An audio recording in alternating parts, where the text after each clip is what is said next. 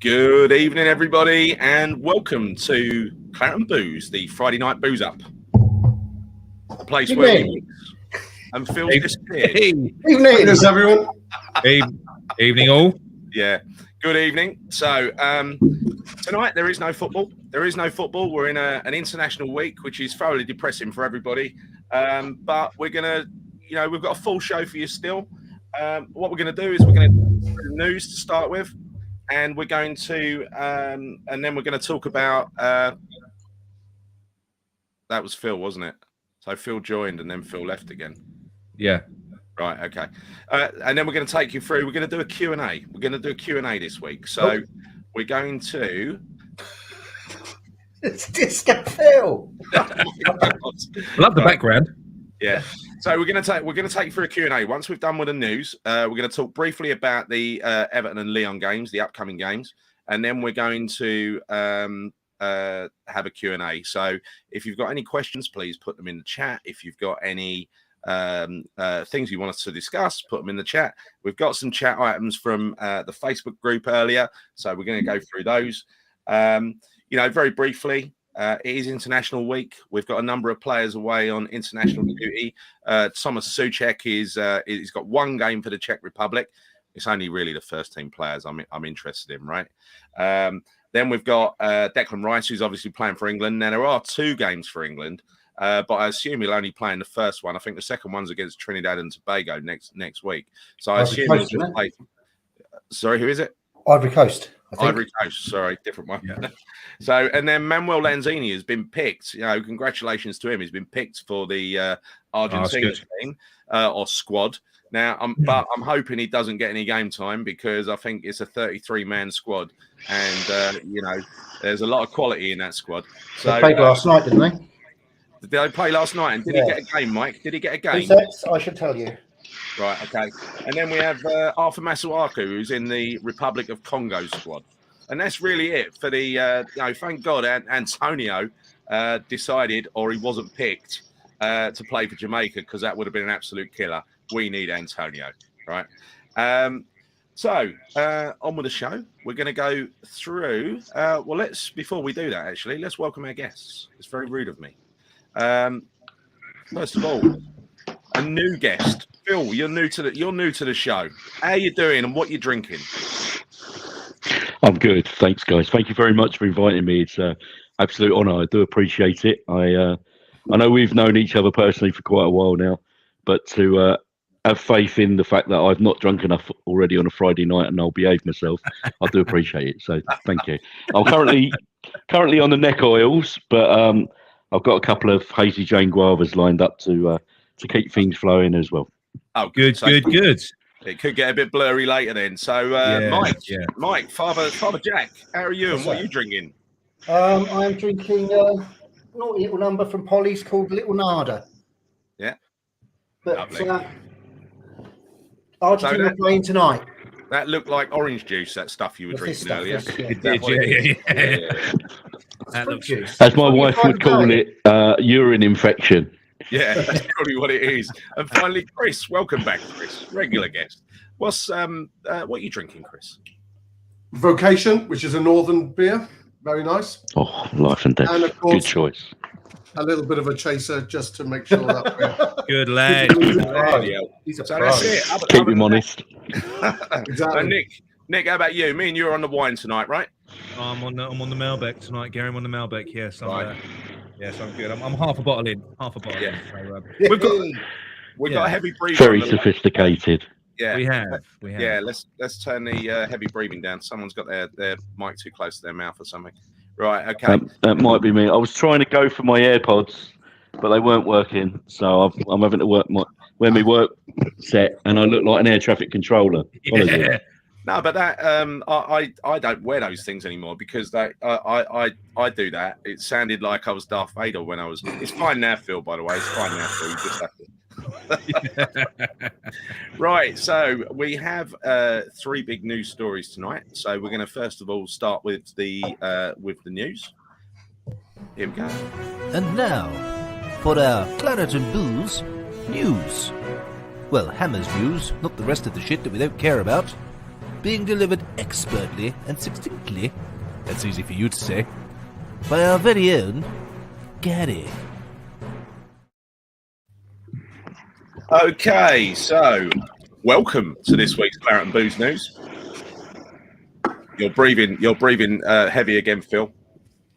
I'll tell you what, I'm just going to turn it off, and you'll have to put up with if there's any reverb. Hang on. No, that's fine. Just mute yourself and unmute yourself after. There you go.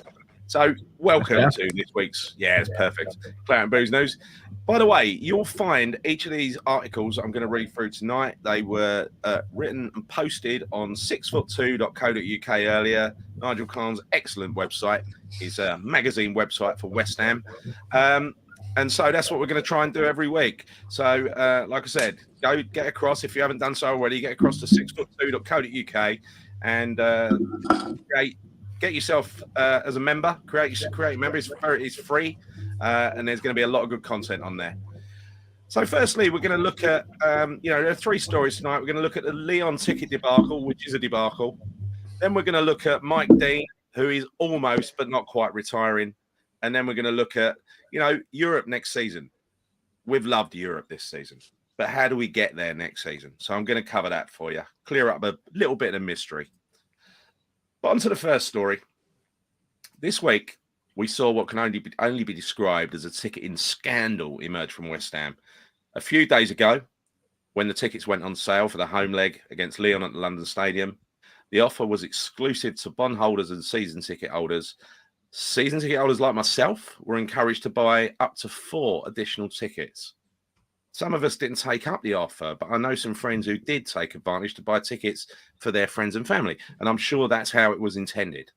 But as a result, more than 50,000 tickets sold out in only 48 hours, meaning 0 tickets found their way to general sale. The game would have sold out several times over, but there was no reason. There was no reason to offer season ticket holders additional tickets. It's clear that the club just wanted to bank the money as quickly as they could. And within a few hours, we saw tickets for the game appear on what can only be described as touting websites.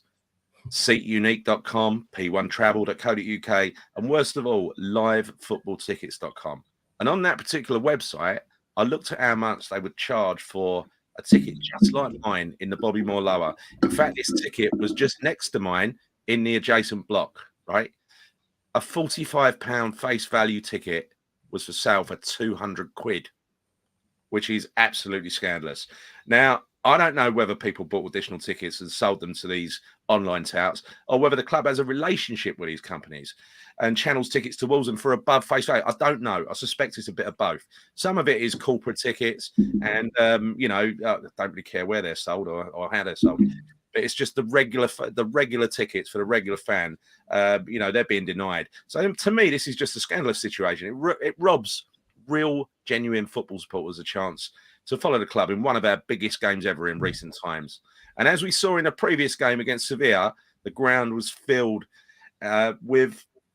They weren't all season ticket holders. Around me in the Bobby Moore Lower, there was a lot of youngsters creating the atmosphere. They were fantastic. And it was the best atmosphere we've ever seen at the stadium. So I feel sorry for people who are not going to be in a position to get a ticket or have to pay through the nose for it. But anyway, look, let's get straight on and question our new guest, Phil. What do you think about this? I don't think you're a season ticket holder anymore, are you? But what do you think about not being able to get a ticket on general sale? No, I was a season ticket holder for many, many years, both back home, shall we call it, and in the new ground. But circumstances change. I've got 4 kids and don't get to see enough of them at the weekend as it is. So, I've had to change my priorities, ably helped by my wife. But no, I agree. I managed to get a ticket for me and a couple of mates to go to the Seville game. We were suitably oiled pre-game as well. Yeah. So really made a day of it. All took on half day and got together. Haven't seen each other for a long while, and enjoyed the game as well. And it, I'm sure we'll talk about the game itself a little bit later on, because I want to anyway. I don't want to let it go. It's fantastic, but yeah, from that position, what you said on the bit there, Gary. it enabled me to go to the game. There's always tickets available for like walk-ups. Not all right, in this day and age, you can't necessarily have physical walk-ups on the day, but give you that opportunity a week or two in advance to buy a ticket and get along. And these are the kind of games where lifelong supporters, like such as myself, who can't necessarily be season ticket holders, can take advantage of that. And frankly, it was a slice of history. I did not want to miss out on that night. I was determined to get there. The fact that, is it human nature? Is it a failing in the club system because we've not really done anything like this before? You can toss a coin, I guess, but I don't think they're that much of an idiot. I've seen games in the past where, you've been able to buy one ticket and one other. I don't know where they got this 4 rule from. They certainly didn't have any problems selling out tickets for the Sevilla games. I know there were, single seats that were kind of left over, but no one's losing too much money when there's a single seat in a row. So it baffles me why they did the 4 rule. I really don't get it. And it's unfair to a lot of people. Oh, Right, bear with me while I try to. No, I agree with that, Phil. I've just been trying to fix the audio problem. Was mine? Is that better? yeah, it was you. I muted you, and it stopped. We was getting feedback. It was coming through your very expensive mic, Gary. I'm getting all the egg. And it's so embarrassing. It's so embarrassing. It was me all along. No. It was you. Sorry, just to let you know, people, that I invested in a really expensive mic. Yeah, I invested in a really expensive mic, and look what it's done. Oh well. He's no Joe Rogan. Not yet. Not yet. No, yeah, it was. I fixed this problem last week, didn't I? And then I unfixed it, and I left it unfixed. So anyway, what do you think, Mike? Go on. I rarely get to games anyway. I was hoping to obviously go to this one, but because coming up from Pompey, but the tickets. I mean, Chris did offer, but unfortunately we got a scan on that day anyway, so I wouldn't have been able to make it. But it's like I have to rely on people like Chris or people who I know who have got a season ticket, whatever, to get tickets for games like this. Yeah. Obviously, normal games, it's not a problem at all. But you want to be sat with your mates, like Phil said, to make a day of it. Go up there with your friends and that. But I've really no idea why a season ticket holder should be able to buy 4 tickets, because 9 times out of 10 they're not going to use all them, and they might just think, well, okay, I'm going to bung those on the site for a couple of £100. It's like Mike, I'm not. Listen, I mean, there's going to be people watching this who will say, "Piss off! I've been a season ticket holder for years. I'm entitled to it. I want to get family and friends along. It's a once in a life, could be a once in a lifetime experience for some of us." Yeah. I absolutely get that. Don't get me wrong, and shoe on the other foot, I'll probably be alongside them with that. My issue is with them taking those tickets and then banging them on these touting websites. They're selling them straight away. I'm on a couple of ticket groups on Facebook and private WhatsApp groups, and people have been pretty good on there. They're all like, "No, it's face value. If you can't get a ticket, we've got one. We'll sort you out." But it's always face value. No one rips off the family. But there's clearly some people out there that have gone, "Wow, it's cost me X amount. I'll maybe try and claw back some of my season ticket money out of that." Yeah, no. Well, I mean, talking on behalf of John, I mean, we was following his drama a little bit. He was struggling to actually renew his tickets at all. Obviously, him and his son are season ticket holders, and he was having a fucking nightmare. Like, he couldn't get through to the ticket office. When he logged on via the website, he kept on getting bombed out. It eventually took. It was like a 12-hour process for him, wasn't it, Gary? Yeah, it was obscene. It was obscene. I'll tell you what, that wasn't the only person who had a kids ticket that I know about who had trouble, or not necessarily a kids ticket, but a lower price ticket. I just wonder whether there was a bit of jiggery pokery going on with the cut price tickets. I don't know. But the this thing about giving a season ticket, I mean, in theory, right? I've got 2 season tickets. I could have bought 8 extra tickets. Yeah. How ridiculous is that? I mean, you say that season ticket holders want to take their family, but their family don't deserve the tickets any more than the people who from general sale. The family and the friends, they're not season ticket holders. So surely they might not give a shit about it. They might not give a shit about going to West Ham. No, as well. They're not fans. If they were fans, obviously That's, I that's, might have that's as obviously well. why they've found their way onto touting websites, though, isn't it? You know, if Yeah. and that's why they've not gone on general sale. And look, don't get me wrong. I mean, that's ridiculous. Though that's not fair. Because that is obviously what is going to happen. People are going to see an opportunity there. They're going to see what the demand was for the last game. And if you're an opportunist, if you've got the ability to go out and buy 8 additional tickets, you might just buy them just to fucking sell them on. You know, and that's the reason it's happened, because there was a rumor going around that the club have directly sold them to touts. I don't think that's what's happened. All that's happened is that they should have, because that's exactly what the fans are doing. They've just grabbed a load of extra tickets. That goes on though, isn't there? Yeah, There is a percentage in any venue that sells tickets for anything. A percentage goes straight to touts. Definitely, that's what the music industry. Can I just ask? Can I ask Chris what he thinks about this? Because Chris. He travels. He puts the miles in to come and see this team play all over the country, but just to go home games, right? He's got 4 kids. This might well have suited him to go, right, we'll get all the kids together and we'll go along to a game. How do you feel about it, Chris? Well, I think the whole aim of having multiple tickets is it's good because it allows friends, family, and everything to attend a game, and that's the club's reason for doing this. Is that that's what gets the best atmospheres. But look at us when we did the Birmingham FA Cup game, and there were eight of us together. Absolutely brilliant, and that is a great thing. So I totally with the aim of it. If it's not abused, but once you're then starting to put it on websites where you're charging £300 or £400, I didn't know those websites existed easily for ticket sales. I really didn't. And I know the club have said that they release several hundred tickets to package companies, hospitality companies. And those seats are normally based on the halfway line, either over at Club 1966 or over on the by the directors' boxes. But I had no idea people were making that kind of money. And I'm going to be a little bit, so I can understand why, if you thought you could make £200 a ticket, you would do it. To be fair, I looked earlier at those websites, right, and there were 2 of those websites that I mentioned, and they were today only selling corporate tickets, right? They were selling exactly what you just described, the tickets on the halfway line for the really expensive lounges. Now, I have no problem with that at all, right? That's fine, because you're going to pay £500 whether you go to West Ham or whether you go to one of these companies. That's just another way to sell the tickets. So I'm fine with that. The problem I had, it was with this one particular website in the end, which was called livefootballtickets.com, right?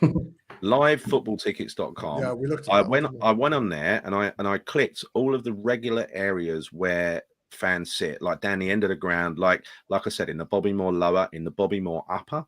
They were charging. They had seats at the back of the Bobby Moore upper. Now you know how bad those seats are, right? They're the worst seats in the ground. They're charging £185 for a ticket. And that is just extortionate, isn't it? Do you think they have the tickets already, or are they chancing it? I think they have to have them to put them on the site, don't they? I think they do. I think it's like Viagogo. I think they have to. They have to have the tickets. Yeah. And again, I wouldn't have such a problem with it if they were selling a £45 ticket for £90 or something. That'd be fine. But £200—that's like the third of cost of a season ticket. Yeah. Yeah. Interesting though, because we haven't been sent the tickets yet. You think they're sold out? How are they selling them? Yeah. No, but we've not had the email tickets sent to us. We've had the confirmation email saying that you bought them. That'd be proof enough for a company like that. That'd be proof enough. If you've got a ticket reference number, it'd be proof. Yeah. But anyway, look, because Viagogo expressly say you've got to show them give them the ticket before you can market it. Yeah. Right. Okay. Didn't know again, that. though, I've seen on Viagogo, I've seen some of their ticket prices that they ain't really too bad. I mean, they're sort of advertising top events and concerts and stuff like that, and the prices weren't. They were kind of things like Viagogo now, though. Because of Twickets, that the website that's like proper face value, is very, very popular now. Twickets, Twickets. It's face value tickets. They only sell face value tickets. See, Okay. that is the way forward, right? Because I've never sold a West Ham ticket in my possession for more than the face value of a ticket. Yeah. Right? Me Why too. would you? Yeah. Why would you? Yeah, I know. You're selling to another West Ham fan, right? So, Mhm. yeah. Oh, okay. So look, that's just. I think that's something they've got to cut out. I don't think. Good point. Good point from Sean there. Look, you should report the website Yeah, to the club and cheers. see what response you get. Yeah. No, I will do. I mean, Sean, that 200 quid. That's nearly the price of a Spurs regular ticket, isn't it?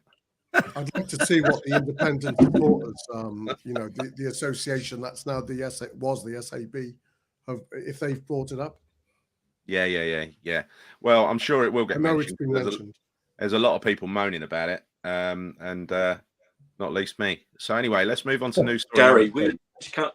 which and comes Mike. with a more shame, selling a ticket for over the price or buying a Spurs ticket? Oh, it's a tough one, isn't it? It's a tough one, isn't it, Phil? I don't know. These are the hard questions. Yeah. I'll Who's tell you biggest what, scam? once I went to corporate hospitality, because the old company I worked for, HP, they used to sponsor, they bought a company called Autonomy, and Autonomy was the Spurs sponsor.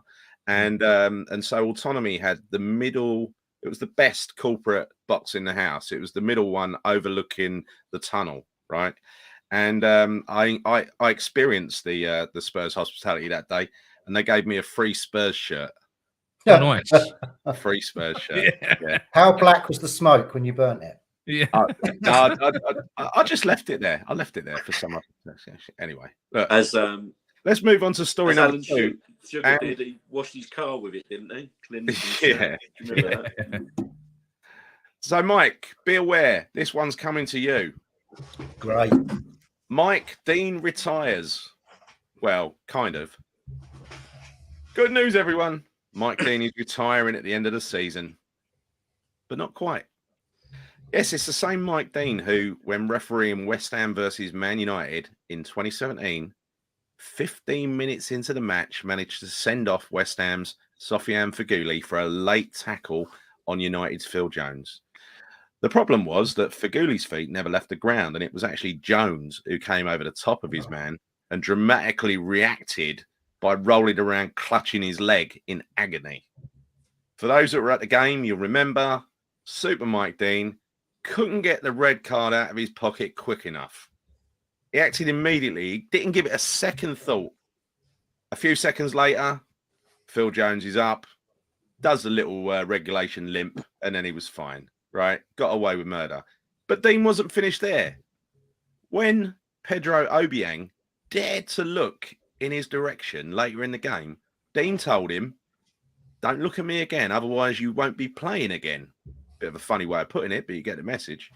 The referee then compounded matters by failing to spot that Zlatan Ibrahimovic was offside, clearly offside, when scoring United's second goal.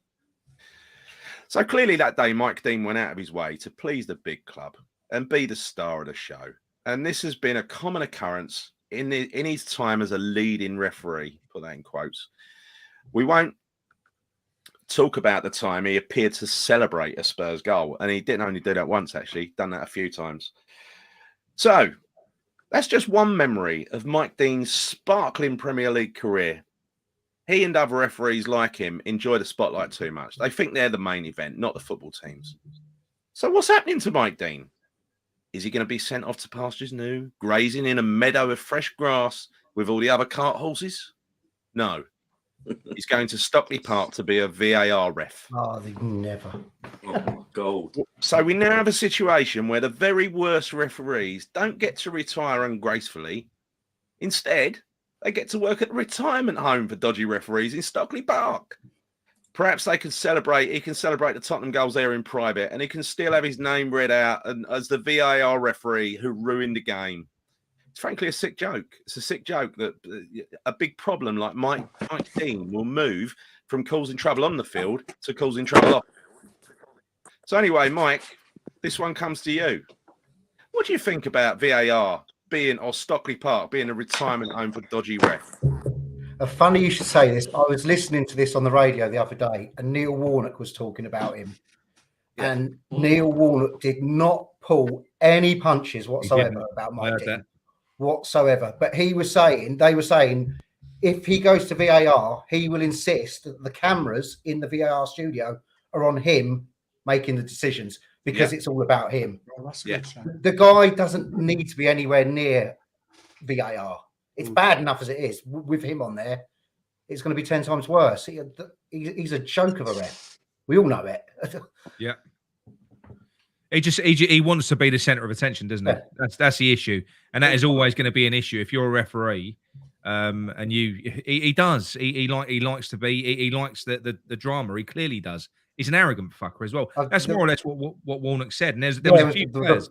There was a few players that said the same thing. Yeah, the funniest thing with Warnock when he was talking about him, the first game that he ever reffed for him, he sent one of his players off, and he said to him he would talk to him after the game about it, and he legged it.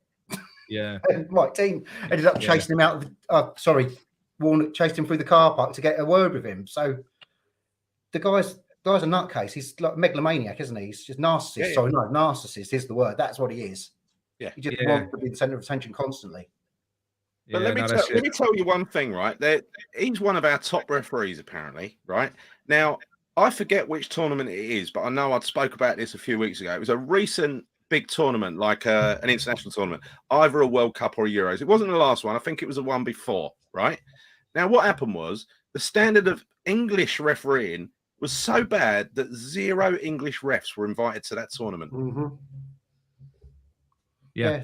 No. Look, as Sean says here, there's so much money in the Premier League now, more than any other league. We should be able to bring in the best officials from around Europe and the world the same way that we do with players and managers, and that's exactly right. I totally agree with Sean there because now. So what's it going wrong? I know. Well, we've just seen West Ham in the Europa League, right? Play in that first leg. The second leg, I found the referee a bit tetchy, but in that first leg, I thought that referee was excellent. Was really, really good away in Sevilla. I thought brilliant. The referee in the second leg was. I can't think of a decision he made wrong. No. I think I really can't. And I've watched the game back since the whole thing on BT Sport, and I thought he was superb. And the European referees are a level above our referees. They're an absolute level above, and they are. I don't know if we can. Perhaps we can recruit the rugby union referees or something. Absolutely, but equally with VAR, when you watch the way that VAR is implemented in the foreign leagues, it works. It seems to work within 30 seconds max, and our guys are there 2 minutes later still. The issue we've got, I think, is that.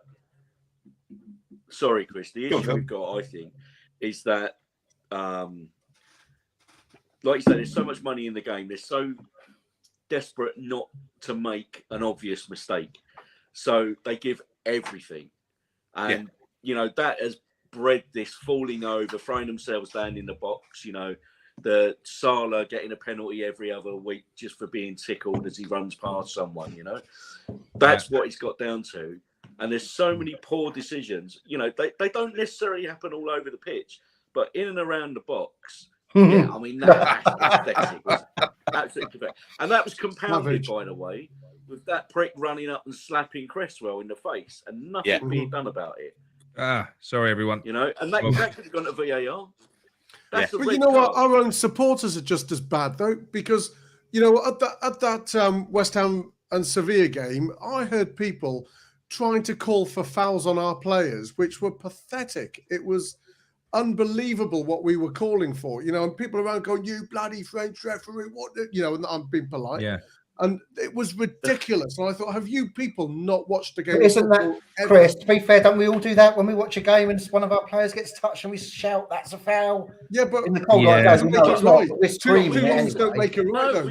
The fans are horrendous.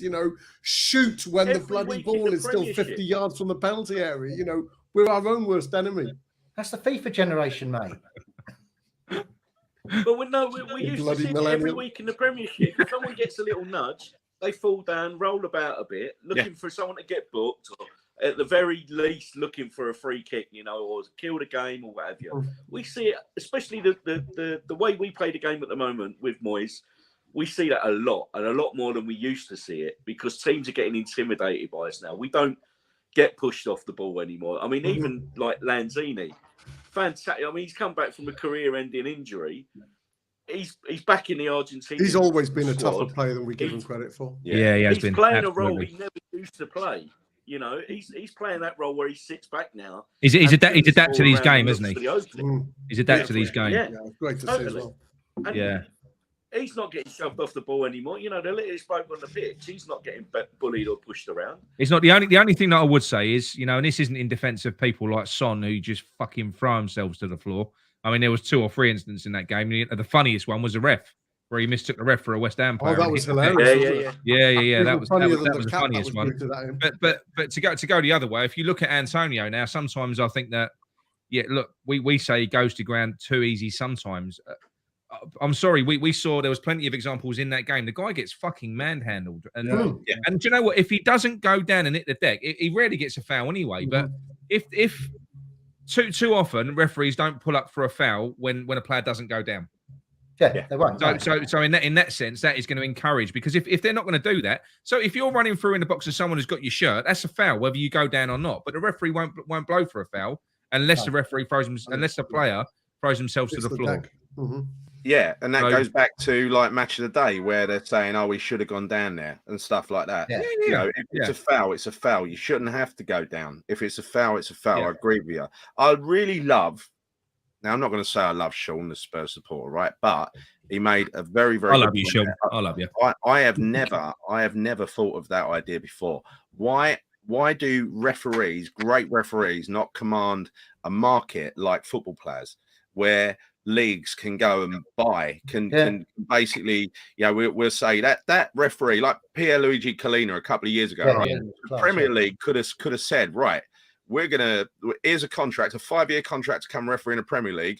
We're going to pay you $100,000 a week. Yeah. Right. Do you know what, Gary? They just need 1 or 2 referees like that to throw in amongst that fucking happy boys club that we've currently got, where they're all mates. Throw one top referee in amongst that lot, and that might straighten them out a little bit. Do you guys think we've got any good referees? It's gone back.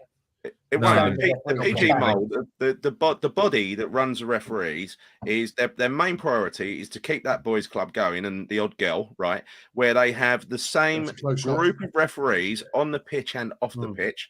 They are brothers in arms. You know, if the guy on the pitch makes a fuck up, the ones off the pitch will protect him, right? There's no accountability, so they're not allowed or encouraged to come out after a game and explain themselves, right? Why shouldn't they? As Sean said again, the most, expensive league in the world in terms of prize money from TV and everything else. There is a lot at stake. So why are the people that are making the key decisions not the best people?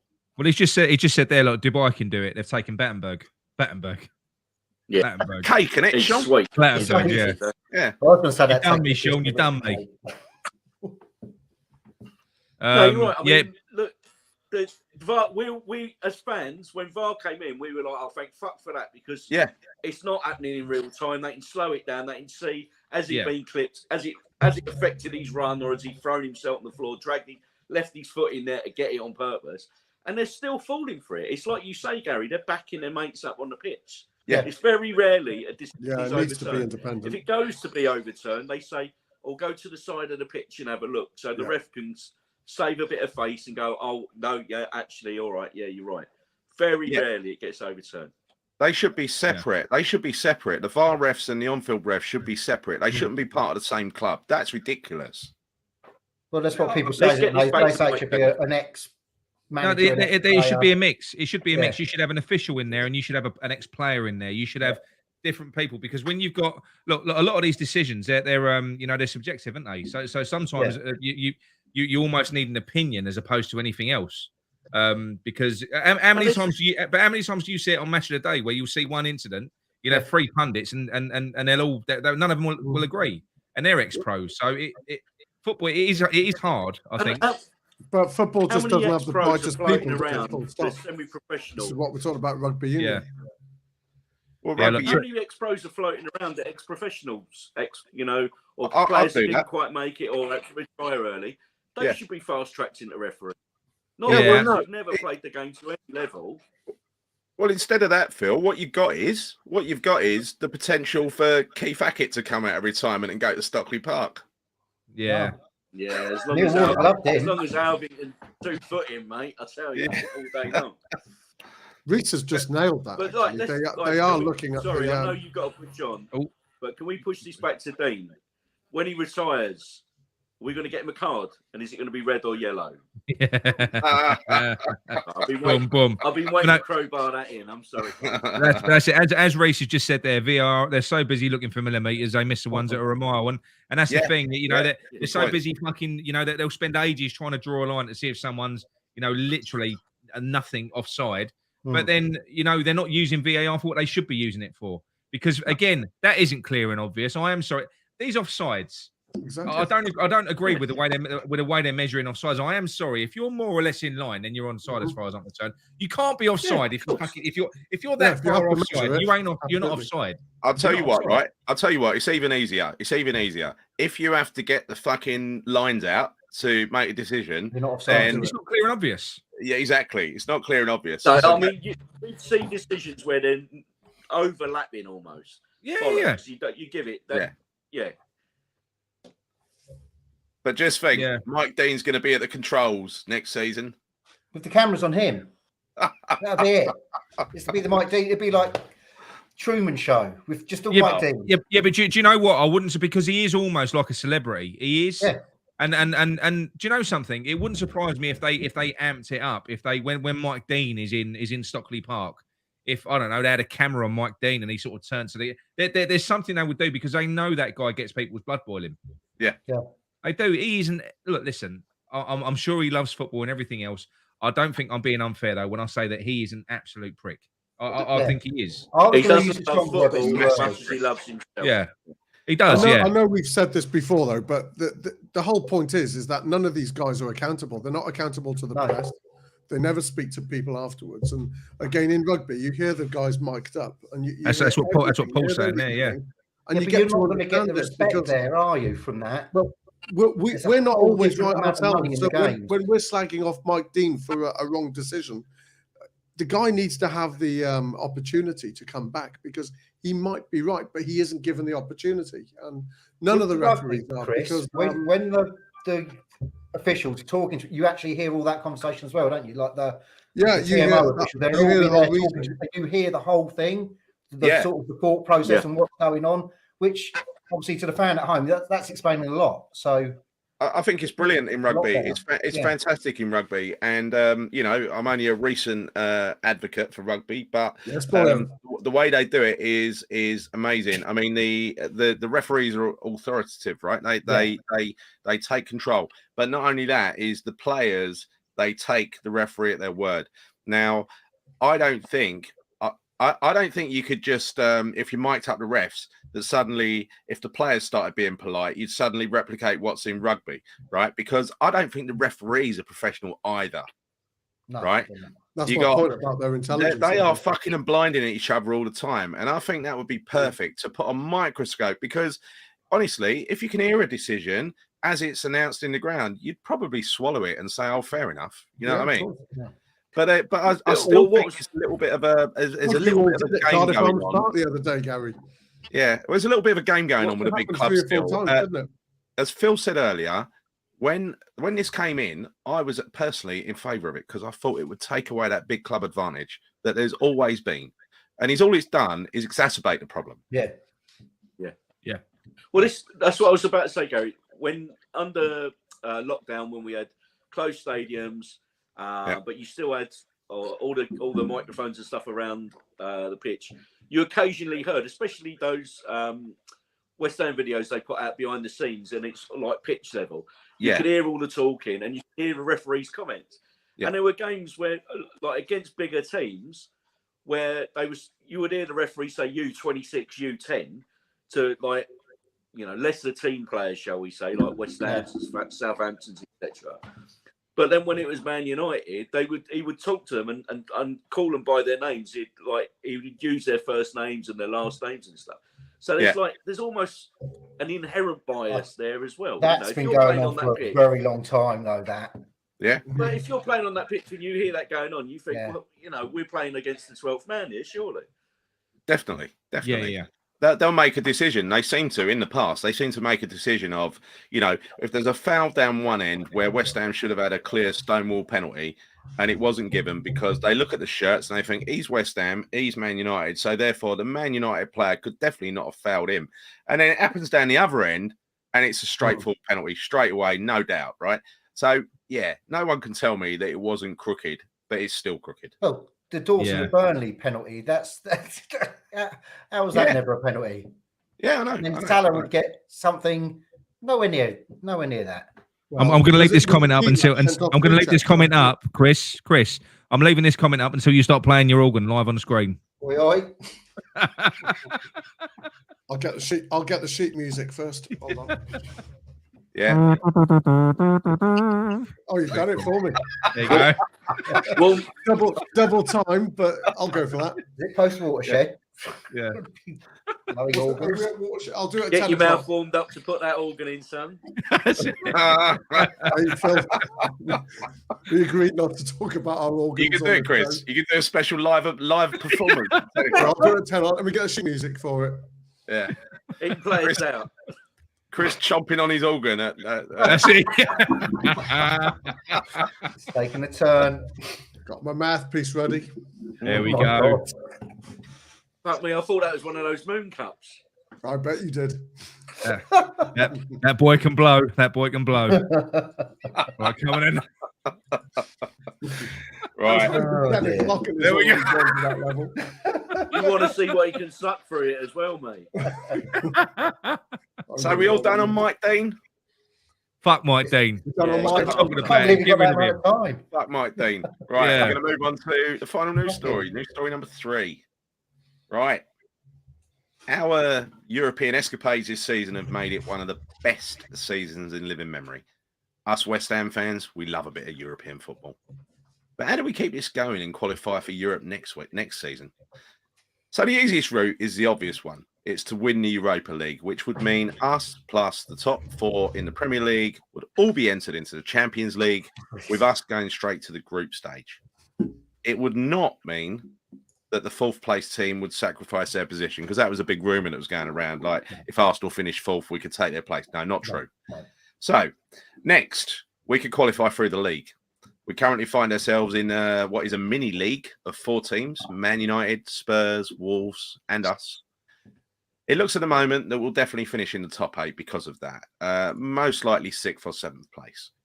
If we finish 6th, we would get into the Europa League, provided one of the top 4 wins the FA Cup, which is very likely because 3 out of 4 of them are in the semi-finals. It's only Palace that can stop that. That's not going to happen. Liverpool won the League Cup, meaning their Conference League place now gets passed on to the 7th place league finish. So if we finish 7th, we'd be competing in the Conference League. Now, people sneer and mock the Conference League. But try telling that to Leicester, because since the bigger teams flowed down from the Europa League, it's suddenly turned into a serious competition. The group stages are a little bit of a joke, let's be fair. Tiny little teams. Didn't help Spurs, did it? But when it gets to the knockout stages, it's a decent little competition. Not bad. I'd take the Conference League personally. I'd take it all day long instead of no European football. And it's silverware. And it might be the 3rd best European club trophy, but to me, any cup is a good cup. It's been too long without one. So the big question is, and this one goes to Chris, would you take Conference League football, or would you prefer no European football, like some people have said? God, that's a difficult question. It's an easy question. No, I wouldn't want to drop into the European Conference. I'd want to be in the Europa. Well, given the choice, you would, but would you take conference or nothing? You don't want to play in the Conference League. I don't think it gives us anything that I think it will take away from the league performance for next year. I think it's a bit of a poison chalice competition. I wouldn't want it. See, I see it a slightly different way, right?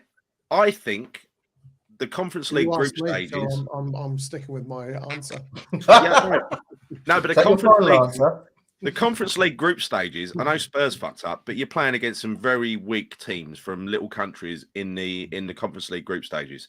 that would to me be a perfect chance to bed some of the kids. And if, like Spurs, it goes all wrong, it's not the end of the world, right? Now you got to remember that Harry Kane was bedded in by Spurs in the Europa League, I think, right? That's where he made his name. And it's competitive football at the end of the day.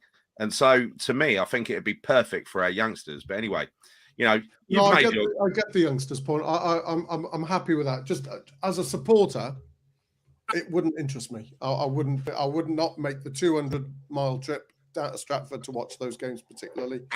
I wouldn't want my first team players getting knackered because of those games either. So I get the point on the second players, but I'm personally, are you telling me my trombone instead? To be honest, are you telling me, Chris, when we get to the quarterfinal and the semi-final and the final of the Conference League, you're not going to be? Of course, I'm a glory hunter. Of course, I'll go for that. It'd be fucking all over it. It'd be all over it. My 4 tickets to the family. Of course, I will. Finally, we have an answer. Chris is in favour of the Conference League. What do you think, Phil? Astragugu in the final of the European Conference League Cup. Come on. Oh yeah, I'd love to give them bastards a bloody. We'd have to get revenge, wouldn't we? They beat us. I'm thinking of this from a David Moyes position, and that is kind of reflected in our Spurs approach to it, I guess, this year, which was, do we want to risk first team players playing against these lower league teams? We just need to qualify,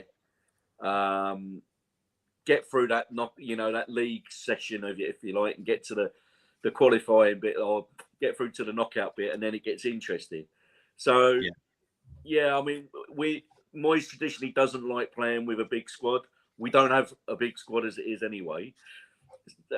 We're struggling this year, and that's another conversation to have maybe another time. But would we? Is it any? Well, let's put it another way. Is it any different to what we've been through this year? The prize is a little bit more glittery this year, and it's going to be tougher than other years because Barcelona have dropped down and never, they haven't done that before. Mm-hmm. But I'm with Gary. 1980 was our last big hurrah. Yeah. That's my first memory as a West Ham fan, sitting at home watching it. My old man went to the game. I was sitting at home with the family watching it, and I remember being thrown up and down when we scored and going crazy. That feeling of and then going to see the boys parade the cup, along Green Street and High Street North and that, and going to see them and getting caught up and realising just outside of my 4 walls at home, there were actually thousands of other West Ham fans who were as nuts as we were about the team. Yeah. Do you not think we've got more chance of doing that? Do you not think we've got more chance of doing that, though, with the League Cup or the FA Cup if we're not in the Conference Cup? Yeah, but Chris, look at that Conference Cup. Is it going to be easier or harder domestically? The teams we have to play domestically, we're always going to have to come up with against the top 4 team to win those cups. Yeah, I think you've got more chance. You've got more chance. If you look at Leicester this year, you've got more chance of winning that Conference League if you're in it and you take it seriously. And that gives you a Europa League place the next year, doesn't it? Yeah, and there's some good points here as well. Yeah, that's a tactical reason. But there's some good points here from Trudge. Look, you get to see, the kids get more game time. Also, what it does is it maintains us playing twice a week as well, because we don't want to fall out of that. And that means that David Moyes it makes Moyes have to buy players. That's what I mean. And look, the prize for that as well. We're in Europe, and the prize for that, even if it does impact our league season, Chris, if you win the Conference League, you're in the Europa the following year. So I would take it all day long. I would rather have some European people than nothing. Yeah. Listen, we're not going to hold on to key players by not regularly competing in Europe. We want to be aiming for Europa and higher, let's be honest. But the likes of Soucek, Kufal, they've played in the Champions League. They're used to playing in that kind of setup. They've taken a step down to come and play for us in reality. Oh, okay, go on then. We can join it. I'm with you, boys. We've convinced him. Have we convinced you yet? Quest games. Go on then. Good effort, Phil. Chris, good effort. And MB, you can have my tickets, mate. Thank you very much. And it goes back to that, like whichever European position, even if we don't finish in the European position, we're going to need a bigger squad. But Trinningham is absolutely right. That is the worry. If we do finish outside of a European place, You know, Yeah. they might try and we won't need as big a squad in Moyes' eyes potentially, and you know, I think it's really important now. I've got a taste for European football now. After this year, I really have, and I don't want to. It's good, isn't it? The league's boring compared to that. Yeah. What we saw the other night. It's The great Premier for League is you, fucking You know what boring. I love? It's the BT coverage, just being the centre of attention for one channel. yeah, you're Oh, Carlton Cole and Joey Cole. I Yeah. love it. because we're their They hate it, local don't they? club. Nothing else. It's just us. It's all the superb. films, isn't it? Yeah. That BT coverage is fantastic. Yes, Great, it isn't it? is. Totally Brilliant. biased. Yeah, Yeah. it's Prejudiced. fantastic. Totally. Brilliant. They It's were not like kicking Sky where you get every the ball. 5 They were minutes. kicking every ball in that Sevilla game. We Yeah. know that when they played it back, it was amazing. Yeah. Mhm. Yeah, they really were. No, I It's love not it. like- I think it's great. It's not like your BBC or your Sky where they sit in the corner in the rafters and analyse everything to No. like a grass hair. He was this, he was that.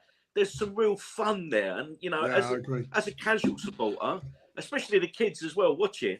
That's brilliant. That's you know, you can see that Yeah. chummy side of football. It's brilliant. I Yeah. love it. Yeah. Yeah. The Is it- is whole the question- game is it- is- is is- brilliant as well, isn't it? That Jules, she's fantastic. She's not a West Ham fan though, is she?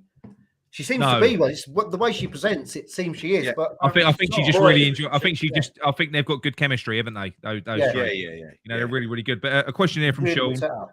Question here from Sean. I've seen Bowen linked with Liverpool. Why would Bowen go there? Good point. He'd be on loan at Aston Villa within 6 months. Sean, a question to you. You're a Tottenham fan. Do you wish that, like Leicester are taking the competition seriously, that you would have that you'd have done the same? You know, surely you know a cup's a cup. Would you not like to have seen Spurs prioritise that competition this year? I mean, what would you rather qualify for the Europa League because you're not going to get Champions League via the top 6, or winning the Europa Conference League because you guys could have won that? So what would you have preferred? I'll build on that, right? Because there used to be 3 European trophies, right? There was the European Cup, the UEFA Cup, and the Cup Winners' Cup. Now, at one time, it went in the order of European Cup, Cup Winners' Cup, and then Fairs Cup, straight UEFA Cup.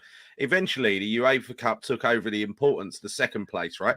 But either way, I would have taken winning either of those tournaments in the old days, right? The Cup Winners' Cup is our only European success ever, right? Yep. Spurs' only European success, well, has been the UEFA and the Cup Winners' Cup. They never won the Champions League.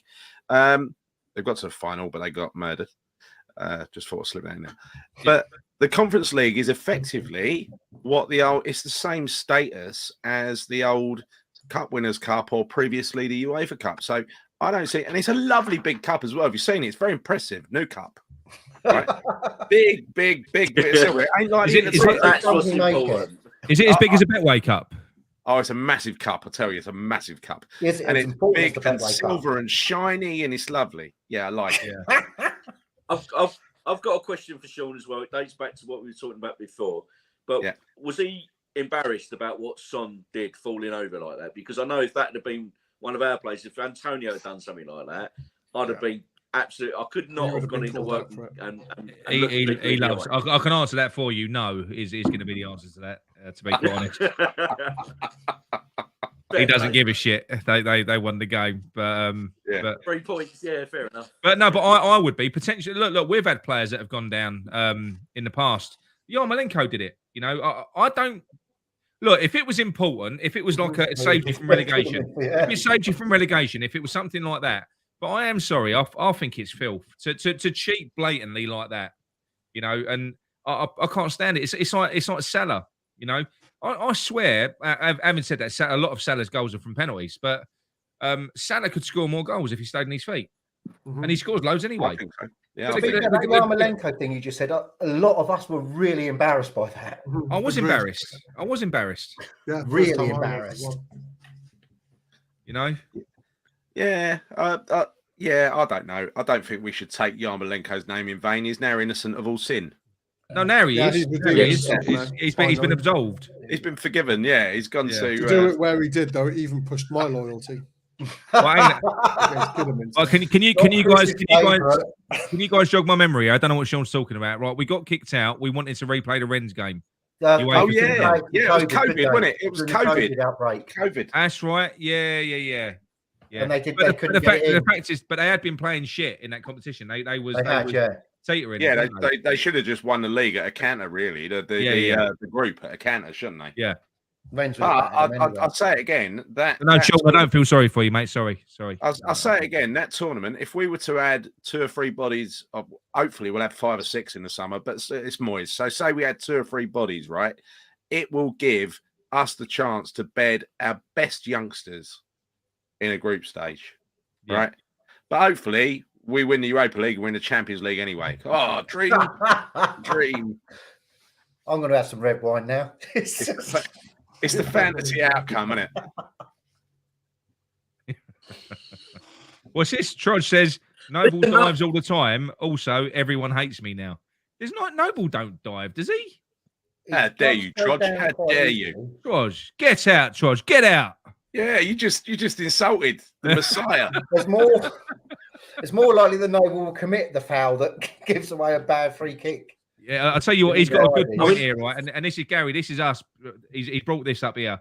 We actually, if you go back through our shows, we actually gave Vlasic credit for how good he was at diving, if you remember, when he first came in. No, I agree about Vlasic. I think he was. I'll tell you what, right? I'll tell you what. When everyone else is doing it and getting away with it, I don't mind us doing it and getting away with it. If I'm playing devil's advocate, right? Is everyone fucking doing it? Then why can't we do it as well, right? So using that as a context, I did think Vlasic's early dives were pretty cute and quite good, right? Yeah. You know, why rise above it when every other fucker's getting away with it, right? It should be outlawed across the board and nobody should be getting away with it. And as a rule, West Ham don't do it, right? We don't do it.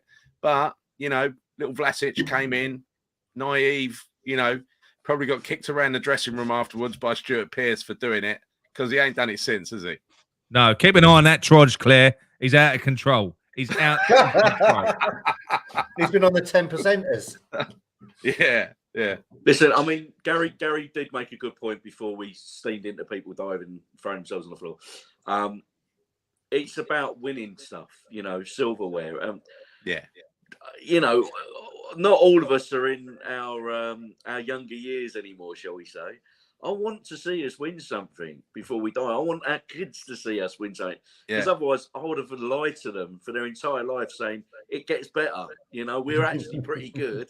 Don't follow those other teams. You should follow us. It's about the roller coaster. It's the highs and the lows, you know. At the moment, let's get back up there. I'll tell you, you can tell you work in sales, Phil, because, you know, you've put on a good pitch there, haven't you? Yeah, So don't worry. Fucking believes me, mate. But it is bad though. I mean, I was 5 months old the last time West Ham won a trophy. Yeah, that is a long time. You know, that is a long time ago.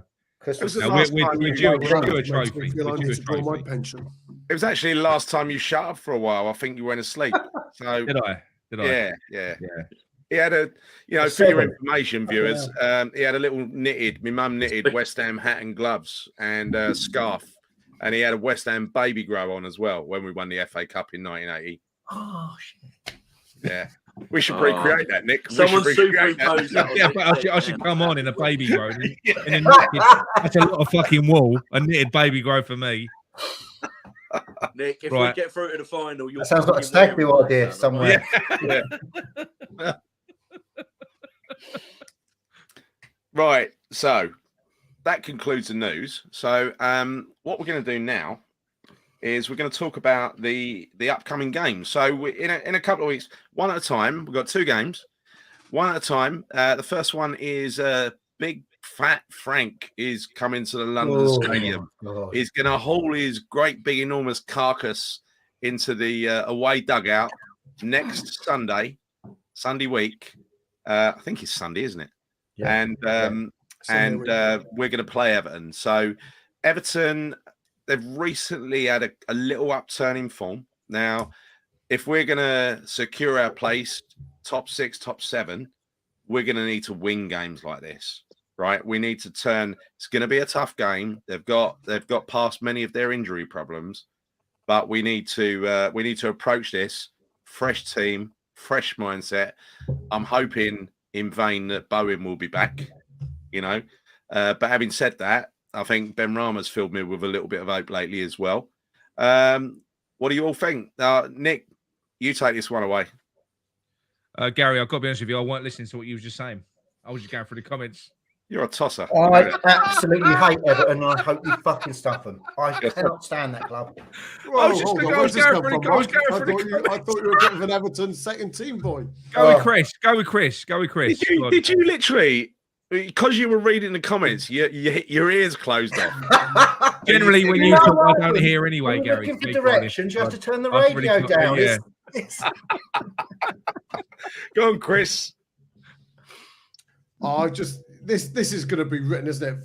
Frank is going to get a win out of us. I'm just so Oh, no, pessimistic. he's Oh, not. Chris, you're killing me tonight. No, no, but it's just one of these. It's going to be one of these games where they just nick one at the end, and we just all go, "Why were we so poor?" and all that kind of thing. No. And is it because we've had a break? Because we're useless at coming off breaks for the last few years. Every time there's a break, we struggle, and I just can see this just being. I don't know. I'm not even coming down. I'm not coming down for it. I'm just going. We're going to win 4-0. Block my ears. Anyway, look. Who's pissed on Chris's Friday night fishing? Exactly. shit? The last question I asked Chris, I said, "Do you want a Conference League?" He said, "No, fuck off. I ain't coming down for that." And then by the end of it, it's like, "Yeah, go Conference League." So come on, Right. convince So, me, Phil, boys. Phil, Right, sell how are the we going to Everton beat games. Pat Sell the Franklin? Everton win to Chris. Go on. Yeah, come on, convince Listen, me. mate. Yeah, go on. As Sorry. Go. lifelong West Ham fans, we know that feeling all too well. But under the Moisture, time's changing, mate. It's different. Yeah. And let's be honest, I think Frank's biggest problem in the Everton changing room at the moment is Frank Lampard. Yeah. And especially some of the comments he made after their latest debacle, where he called people out and saying, "Oh, I don't know what's going on in their heads" and all the rest of it. That is not going to sit well in the changing room. Worst thing to do. isn't Now, it? Worst you know thing. what it's like. If you go into work and people ain't pulling up their socks, you say, "Come on, boys, we'll do this, we'll do that, we'll get a result out of this." It drags people along. But if they've heard you slag them off, and then you go in there, they're going to go, "Fuck are you to me? I'm going at the end of the season anyway. Yeah. If we go down, I've got to eat my claws. I don't give a fuck." Yeah. There's people there that I fear. Richarlison's definitely one of them. And if he's fit and fiery, then we'll have a game on it. Apparently, this is the problem with Everton. There's not a lot of players have got clauses for relegation at all, so they are going to be. Well, they don't look like they're fucking performing like they've. Yeah, but they don't care. They know they get sold because they're going to have to be sold for financial fair play. Because Everton are teetering on the brink now. You're bang on. You're bang on, Mike. I read that as well. I don't think they have got the relegation clauses in their contract. They've never been relegated. They've never been. They never thought they'd need to do it. So they're paying these. They've overpaid for players. They've overpaid on wages. Now they're in the shit. And if they do go down, it's going to be a fire sale. I'm not saying we're going to beat them right now. I know what the topic is, Gary. I'm not saying that we are going to. Yeah, we are 4-0. But you know what? I think they're in trouble. If you look at their running, I'll pull their running up in a minute. I did have a look. It's fucking horrific. Yeah, it ain't good. They are bang. It is in trouble, not good. Really? They are bang in trouble. It is a bad running. I'll have a look now. And like I Sean think said, he's some of just the said this. teams He's called around all them, these they players do not out. look good And at the Well, moment. they've lost one, lost one. We've lost one, lost. yeah, but they just got turned over by Palace 4-0. You know, They are in Yeah, trouble. yeah. They are in trouble. I'm telling you. What was that? Their last game? It was in the FA Cup, right? Wasn't it? Was it Yeah. Tottenham who They beat them 5-0? Yeah. yeah. Yeah, look at this running. That's where you're coming Right. from, Andy. Right, look at this running. Okay, they've got West Ham, then they've got Burnley away. Right, that's the easy one.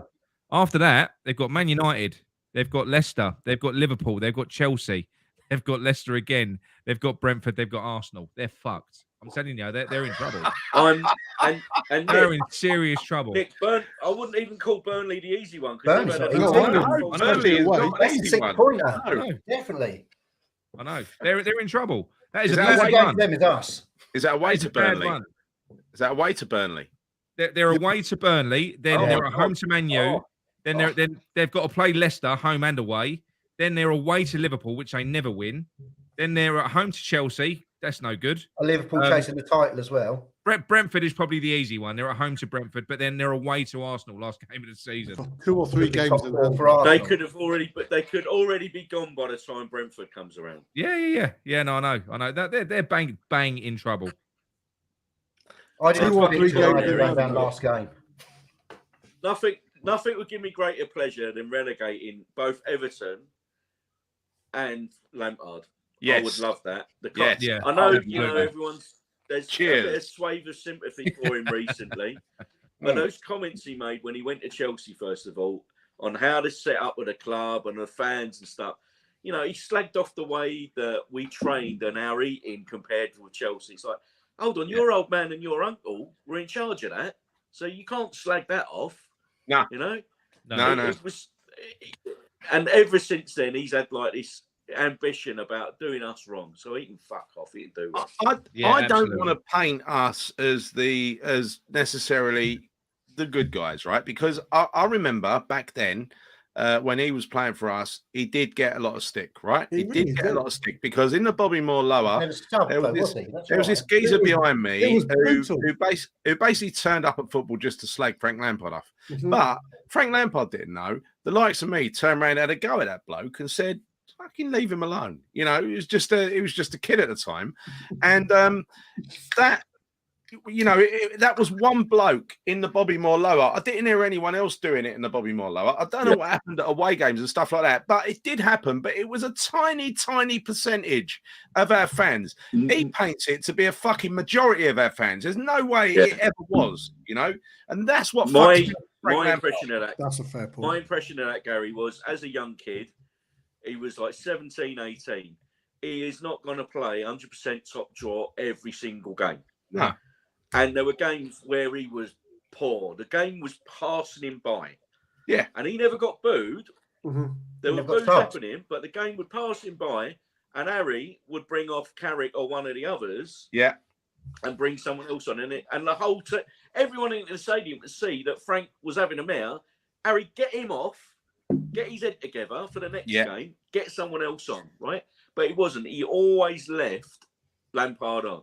And that's what we were booing. We were booing the fact that it was a poor substitution. No one was calling Frank out. Well, nowhere where I sat anyway. Yeah. For fuck's sake, H, get him off. He's but Phil, how many times? Because I can remember plenty of times where it felt like Lampard was doing nothing, but he seemed to always he scored a lot of goals. When he was having a bad game, he would pop up and score, wouldn't he? He was a goal scoring midfielder. Yeah, he was. The good example, the classic example of that was FC Jokerit. He had a fucking terrible game, and then pinged one in from about 20 yards into the top corner. Yeah, but it's the only thing he done all game. I went to see. I've never been to many youth team games, right? But you remember that great youth team that won the FA Cup, right? The youth FA Cup. I went to that. And I went to, I think, the first leg of the final or the semi-final. I can't remember. But anyway, Lampard. Look at Claire. Oh, football friends with Claire. Yeah, Claire. I've got a question about that. I went to school with Frank's sister. Now, Frank went to a fee-paying school. Did you go to a fee-paying school, Claire? Are you secretly rich? That's my question. Brentwood. Can't wait for it. Should respond verbally. Do you drink your tea like this, Claire? Yeah, exactly. Yeah. Claire's got a platinum spanner in the chat. My beer like that. But going back to the Frank Lampard situation, that game that I watched in that, it was either a semi-final or a final of the Youth Cup that year, and it was a full house at Upton Park, almost full house anyway. It was a booming atmosphere. We turned up because we knew they were a group of special kids. That's the and final. Lampard, he was like an adult playing amongst kids, right?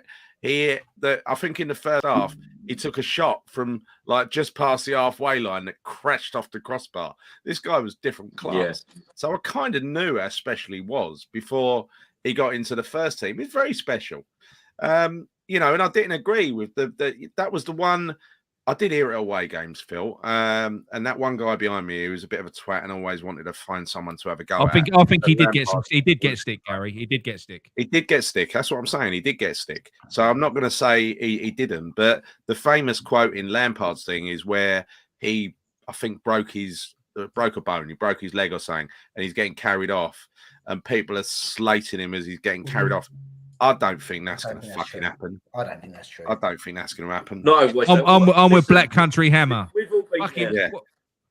Look, I'm with Black Country Hammer. Look. Listen, the way he has spoken about us since, as far as I'm concerned, fuck him. Now we might have been out of order at the time, but he's been out of order since. I don't Bollocks to remember him. all that. Can we? Oh, I totally agree. I mean, look, he went over Not to me just being Chelsea. paternal, but I don't remember him slagging us off. I really Can don't. I put something in What did he contrast here? actually Because say, Defoe's just retired. He No, did when he slag went us to off, Chelsea, Chris. Chris.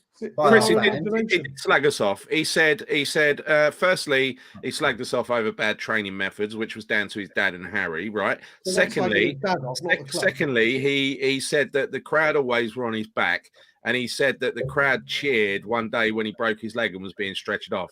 He slagged us off, and he did that, and those sort of things stick in my craw because I did nothing but support that kid. Right, Quick, but Chris has turned into a Minecraft character. Can I? Chris, reset your broadband. Do you know what? I do remember an awful. Defoe's just retired.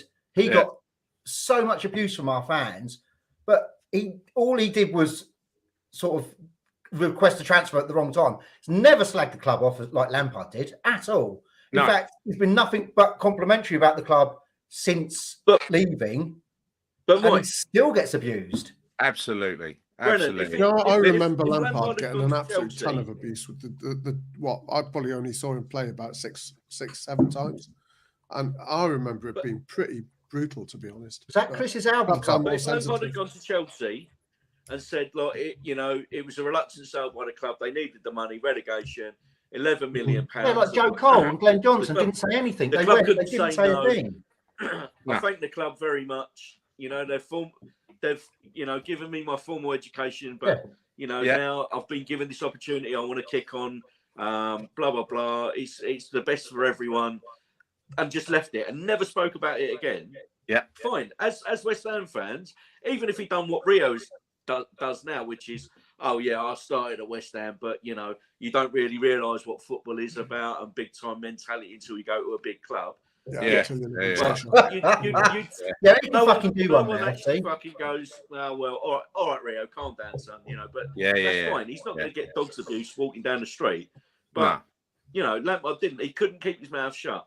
No, he was trying to ingratiate himself with the Chelsea fans. That's what he was doing. Right, let's not kid ourselves. He went across to Chelsea. We hate Chelsea. He tried to say some horrible things about West Ham to ingratiate himself with them. So, look, very quickly before we go back onto Frank Lampard, Claire went to an all-girls Catholic school. Me and Nick went to all-boys Catholic school. I did. We have something in common, Claire. Right.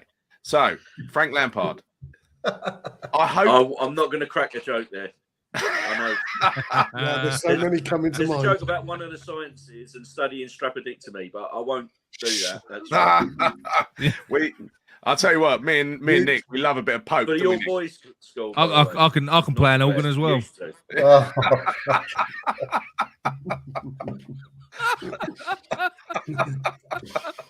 No, Andy. Not often I shake my head. That's it. Yeah. No. Yeah. Anyway, I've Frank, dragged it all down. I apologise. Come back That's up. it. Back up. special I can milk a cow blindfolded. I'm amazing.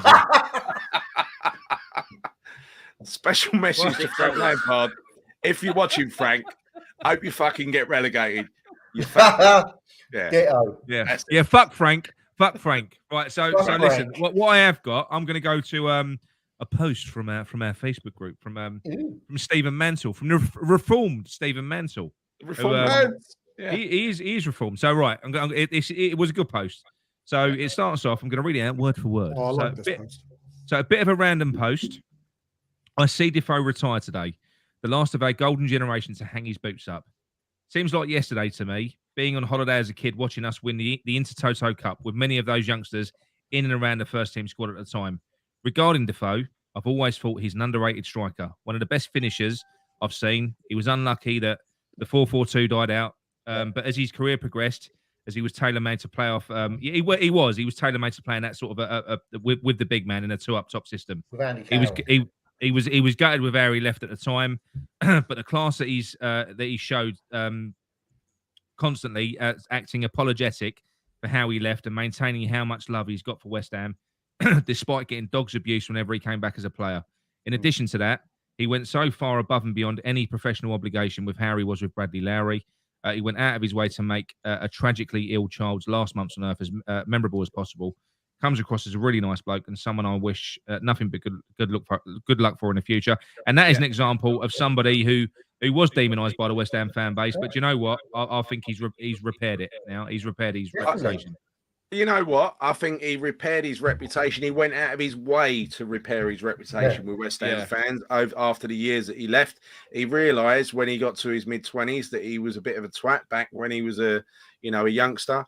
And he tried to repair that relationship. It never quite worked. He always got slagged off. But I think, what he did with Bradley Lowry was really good. That was classy. That was classy. You cannot, you can't underestimate the impact that he had on that young kid, and that was a beautiful thing to see. So for that, I forgive Defoe of anything he's ever done or said against West Ham because, frankly, that's more important, right? Absolutely. Yeah, definitely. No, but you know what? He was badly advised. He was poorly advised. He's come out and he said that plenty of times. Yeah. Did you see the article going away from Defoe? We have got some questions in for the QA as well, by the way.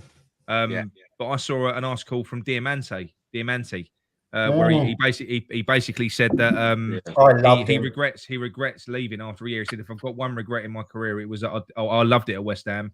I wish I'd stayed longer. Loved him as a player. He was so what happened with him leaving us then? Did he leave voluntarily or what happened there? Because I don't really remember why he left. I think we were just skint and he had to get sold, wasn't it? I thought it was. I thought we sold him, not the other way around. Yeah, but I think that's what I'm saying. We were skint. We had to get rid of him. Right. I think that was just. I think there was a bit of homesickness as well, wasn't there? Initially, he went back to Italy and then he came back to Watford. Was that right?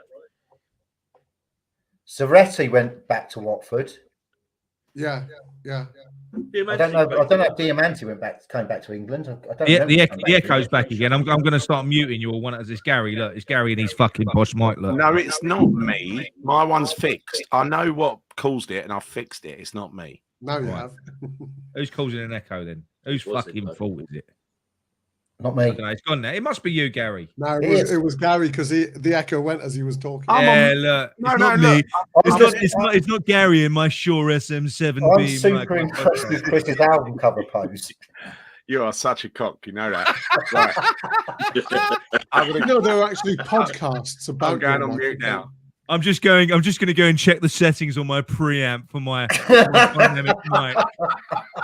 Get the engineers to sort it out, Gary. Come on. Oh my God, that reverb is just something to die for.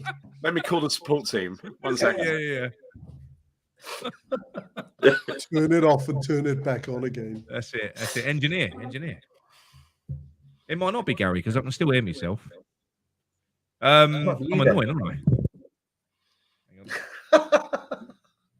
Right, so let's go through a few of these comments. So Paul Evans, Judas kissing the Chelsea badge. I agree with that. Frank went to Chelsea. Statement: thank Chelsea chairman for bringing him to us. Yeah, fuck off. I completely agree. I can't hear me. Who is that? Right, I'm going to mute you all one at a time. Hello. Phil, it's you, Phil. You're the one causing the reverb. I've just muted you. Must be you. It's not me. It's not. No, it. I just muted you and I couldn't. Oh, yeah, you muted everyone. I haven't. Oh, that's good. Hello. Testing. Yeah, 1, 2, 3. Two. There we go. This is so fucking professional, this show. Right. That's why you get on a non-football week. I know. Right, Mance ain't reformed for fuck's sake. Yeah, I know. He is. He's getting better. He is getting better. Right, Defoe, cracking player he was. He was young at the time. To be honest, all blokes are twats in their 20s and 30s. Yeah. They well, a lot of it as well. I mean, these players, they are kind of. It's the agents. Once the agents get in their ear, and I think back then that was when they were on the cusp of earning big money as well, weren't they? And he was obviously on the promise. But I think the way that he did that was bad. What he did, but he was a young kid. How old was he when he put that request in? Remember? He was only 19, wasn't he? 19. Was he only 19? Before 20, bloody hell. Yeah. It's nothing. Yeah. How can you hold anything against a 19-year-old kid? No, the thing exactly. is, he'd come from Charlton as a kid, and we signed him, he'd never done the whole signing process. He didn't know how it worked. So No. when he went down, he like you say, he was just poorly advised. And by all accounts, his management wasn't a proper football manager, shall we say, football player manager. So, they didn't, not that they didn't know any different, but I just thought that they didn't know how things operated. Yeah. No, I know. It was, but look, I think it goes back to what Gary said. I think even if he had been a complete bastard and he'd have continued being so, with the way that he was with that Bradley Lowry, I'm sorry, that has absolved him of any sin that he's ever committed, because he was beautiful, that boy. He really was. Yeah, it really was. Listen, Really was. listen, upsetting a few fucking West Ham fans, it's insignificant compared to what you know. From a footballing perspective alone, Harry's gone to 3 different clubs, or Harry's been involved with 3 different clubs and brought him into everyone. Portsmouth, ourselves, Spurs. Harry's rated him and he's played him and he's got him goals. He's scored. He's got that Cotty-esque scored on every one of his debut Jimmy Greaves kind of records, I think, as well. Great striker. I'd love for him to stay. I looked at his stats the other day. I mean, a lot of people. It's something like. A lot of people will jump in and say, "What about when he was getting himself sent off on purpose?" And when we went down, and in the championship and stuff. And I get that, but like you say, he was a young kid, and we all, if we all pay for the mistakes we made when we were 19, 20 years old, we'd all be back. Mate, honestly, absolutely, you're bang on. And look, these kids, look, they come from, the majority of them, they come from working class backgrounds. All of a sudden, they're thrown into the spotlight. They're going to go a bit dizzy. They can't all be Muller and all. Yeah, but they can't all be fucking, because when you look at Declan Rice, that guy is like the model professional. Even the way he's dealt with, look, he knows he's moving on to bigger and better things. West Ham have offered him and they've thrown big money at him. But you know what? He said no because he knows he's moving on to better things. He knows he is going to move on. He still gives 100%. That's why he's worth a fortune in a West Ham shirt. If he does go, I won't begrudge him a move. I will be fucking heartbroken, but I will never begrudge him a move because he is an absolute model professional, that kid. And that goes on to our first QA topic, right? From Trini Hammer. So a topic for Q&A from a financial perspective, and this goes to you, Chris. Would we be better off with or without Declan Rice? So it depends how many places we think he's worth in the league. And we've talked about this a few times, haven't we? And he's got to be worth, I think, anywhere between half a dozen to 12, 13, 14 places. Because you look at what he does. I know he's not indispensable, but you look at what he's done in some of the games that I've seen him in, and he's got to be worth those places. And I'm sorry, then he is indispensable. Is it? I think he's indispensable. I think he is. I definitely think he is. What does indispensable actually mean? What's the definition? He's worth more to us than money. That's indispensable. I mean, it's like relegation. If you're going to put a tangible definition, we tried to sign relegation in January. Right? We wouldn't be relegated if Deck left, would we?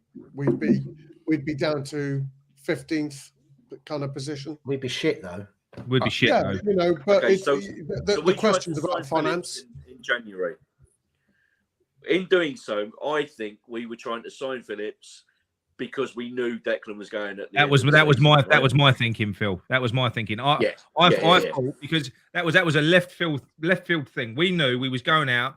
We was looking for a centre back. We was looking for a striker. All of a sudden, news broke.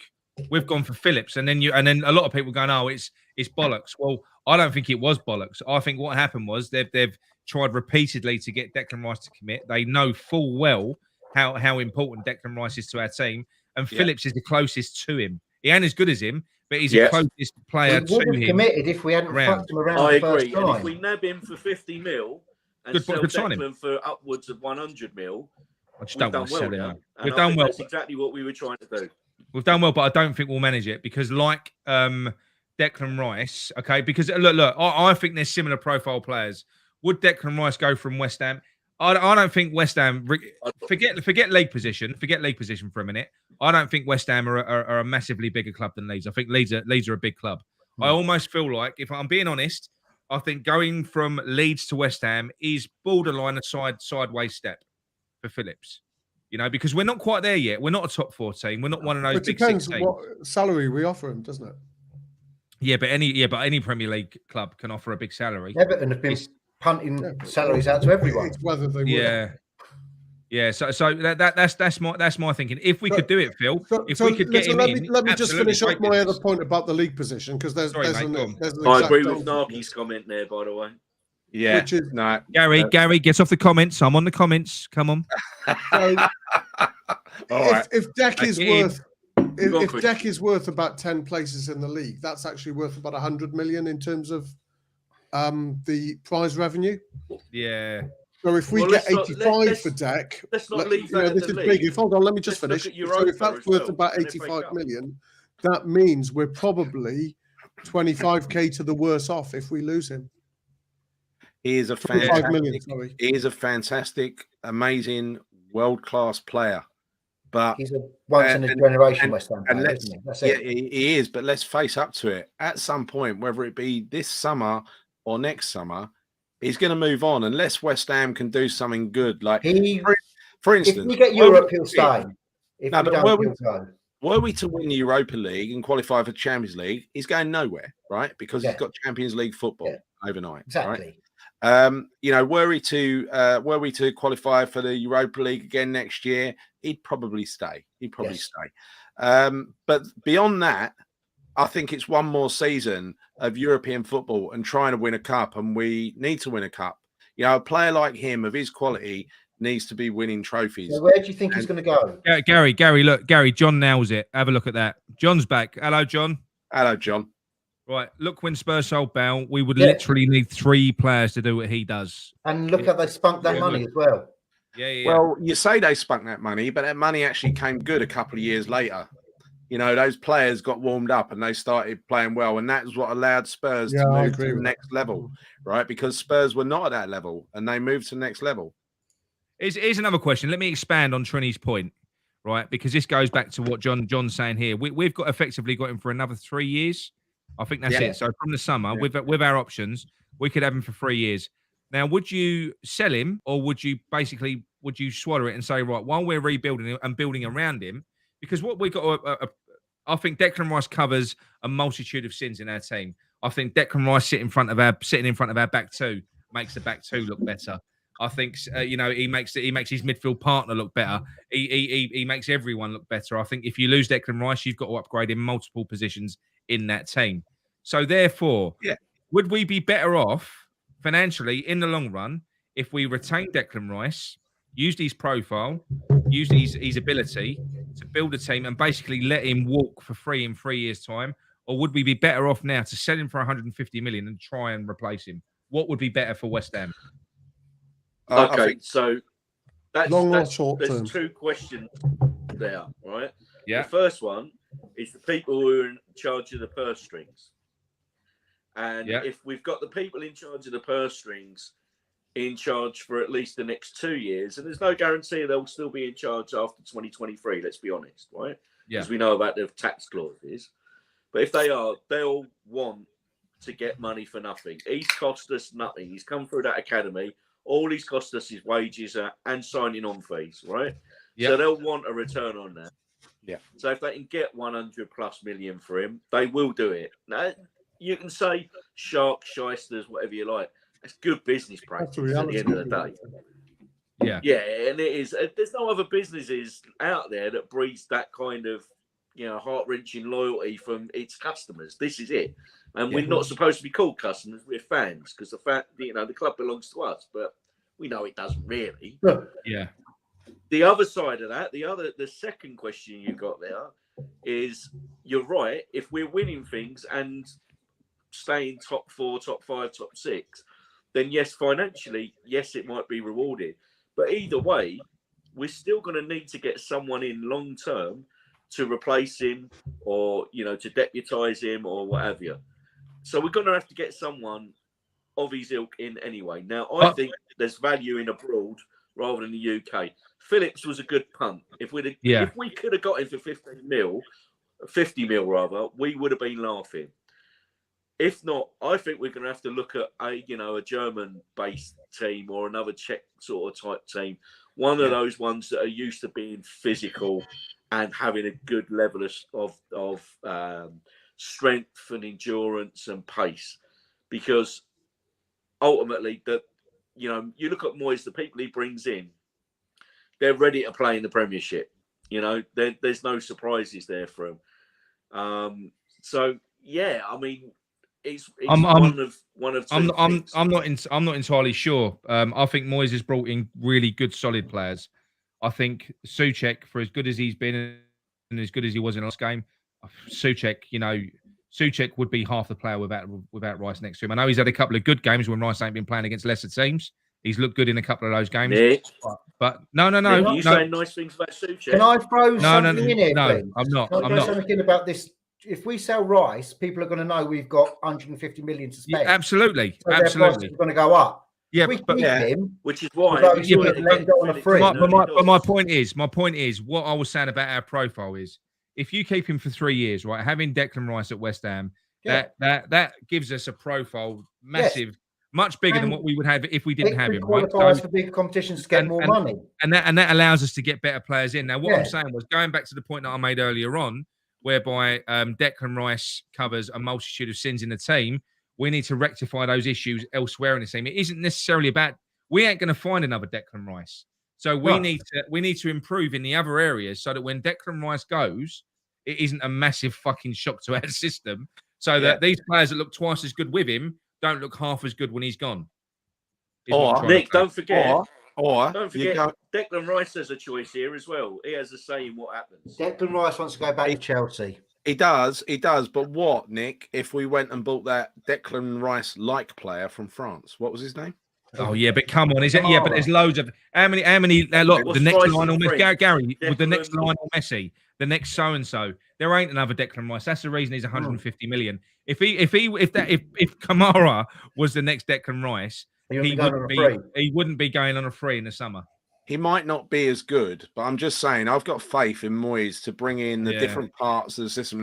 I think you're right. I think you're right in what you say, that if you get rid of Declan Rice, you need to upgrade players in multiple positions. And what Mike said is right. People know we've got 150 million, so the prices are going to go up. But you are going to have to, perhaps Declan Rice is like a band-aid for the team at the moment, in that he's covering a multitude of sins, and that budget would give us the ability to build an actual strong team rather than one. I don't think 150 million. I think with what Declan Rice, even 150 million, what would we get with that? Plus 80. Declan Rice is. Plus a budget, so we'd have 220, 230 get million. a budget from them, are we? Let's be honest. The apparently money they were throwing about is because they thought they were going to sell Rice. Apparently, the budget next summer, outside of Rice, is about 80 million, because Moyes has spent fuck all. So it's about 80 million before the Rice money. Well, that's one striker done. And now John's going all fucking moral. But would that be disrespectful holding him captive, especially with how he respects the club? Oh, mate, yes, it probably would. But at the same time, look, he doesn't have to not accept the pay rises. He gets paid, I think he's on 70k a week at the moment. We have apparently offered him over double, so 150. He could earn more elsewhere.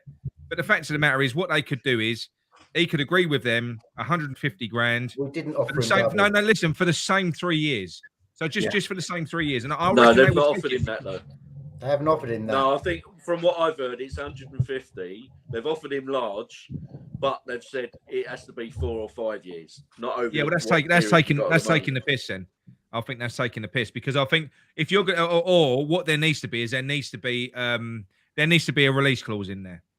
I think they lowballed him until Zuma came. What does that look like? Then he threw his dolly out the pram. What does that release clause look like?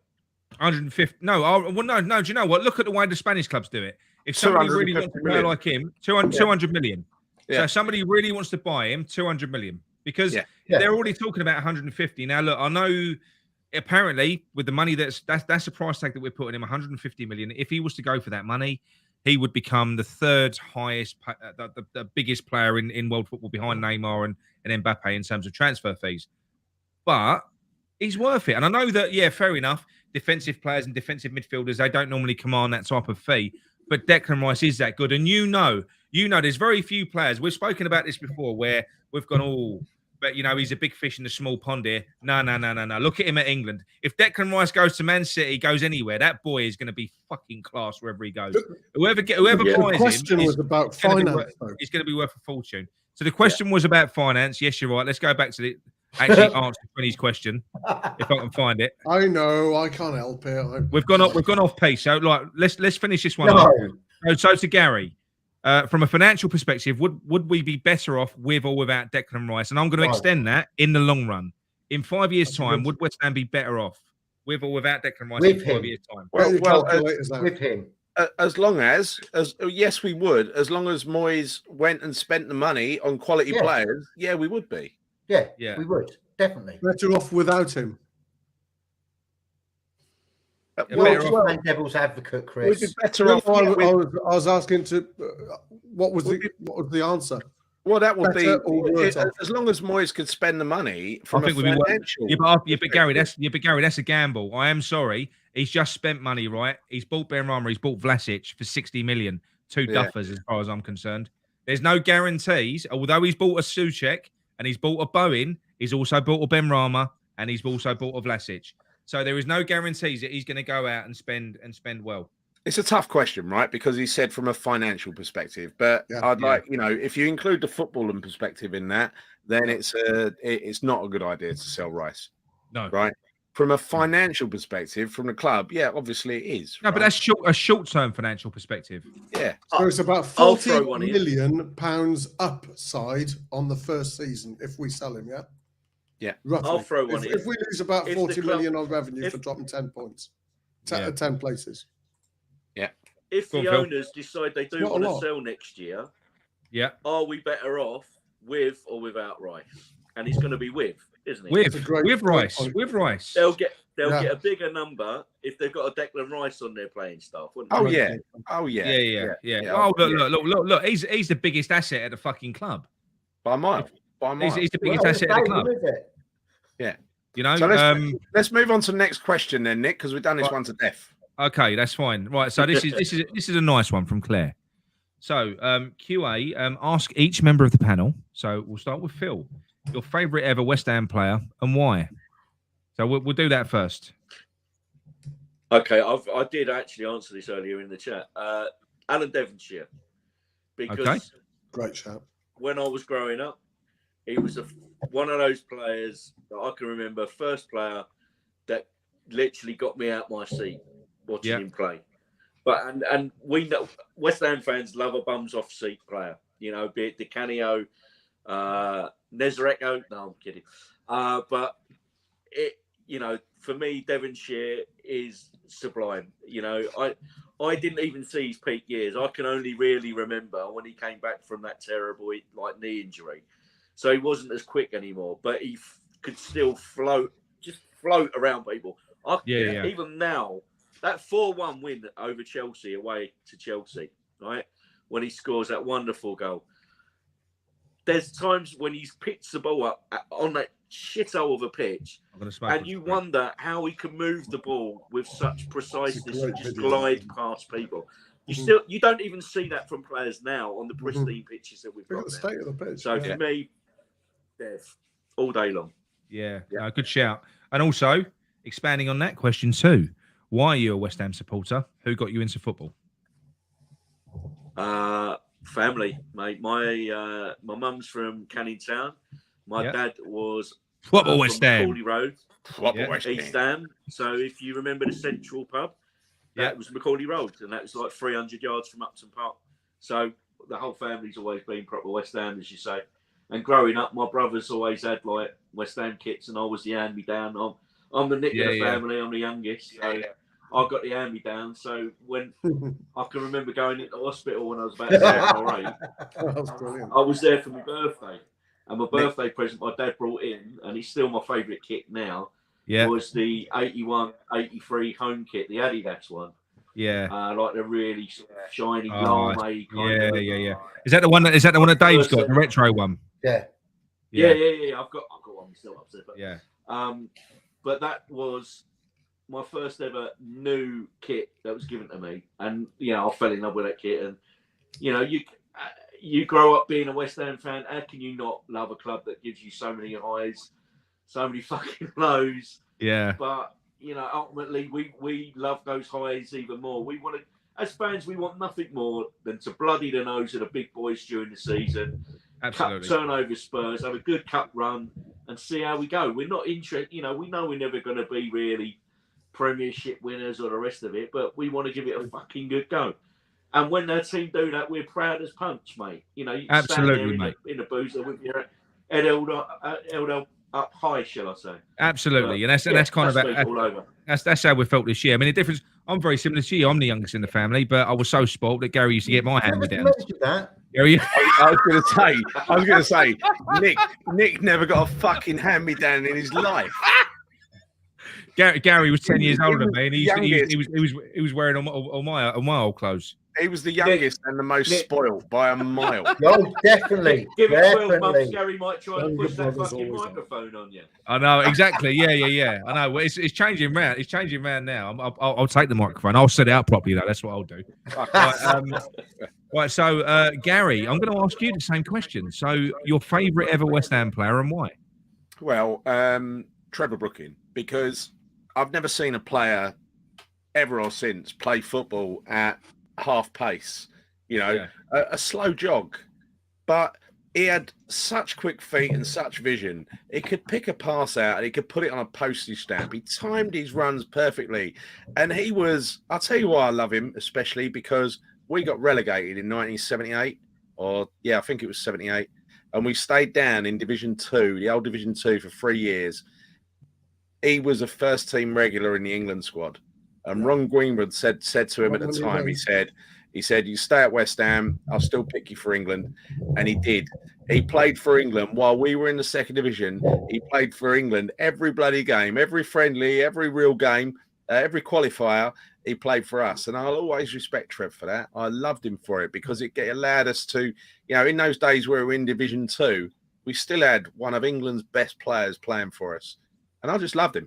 And our granddad, right? He was an Orient supporter, and he used to come down to football with us in the late 70s, early 80s, right? And he always said the only reason he came to watch West Ham was Trevor Brooking. Yeah, nice. He was an artist. The guy was an artist. I mean, he was, he could do everything. He had no pace, did he? He had no pace. He was none at all. None at all. He knew where the ball was going to be. He played football. It was like a thing. Him and Keegan was just a thing for England, wasn't it? It was just they absolutely were in the early 80s. Absolutely. Well, they had like a psychic link, him and Keegan, and the 1982 World Cup when they were both injured. Best and they England came ever.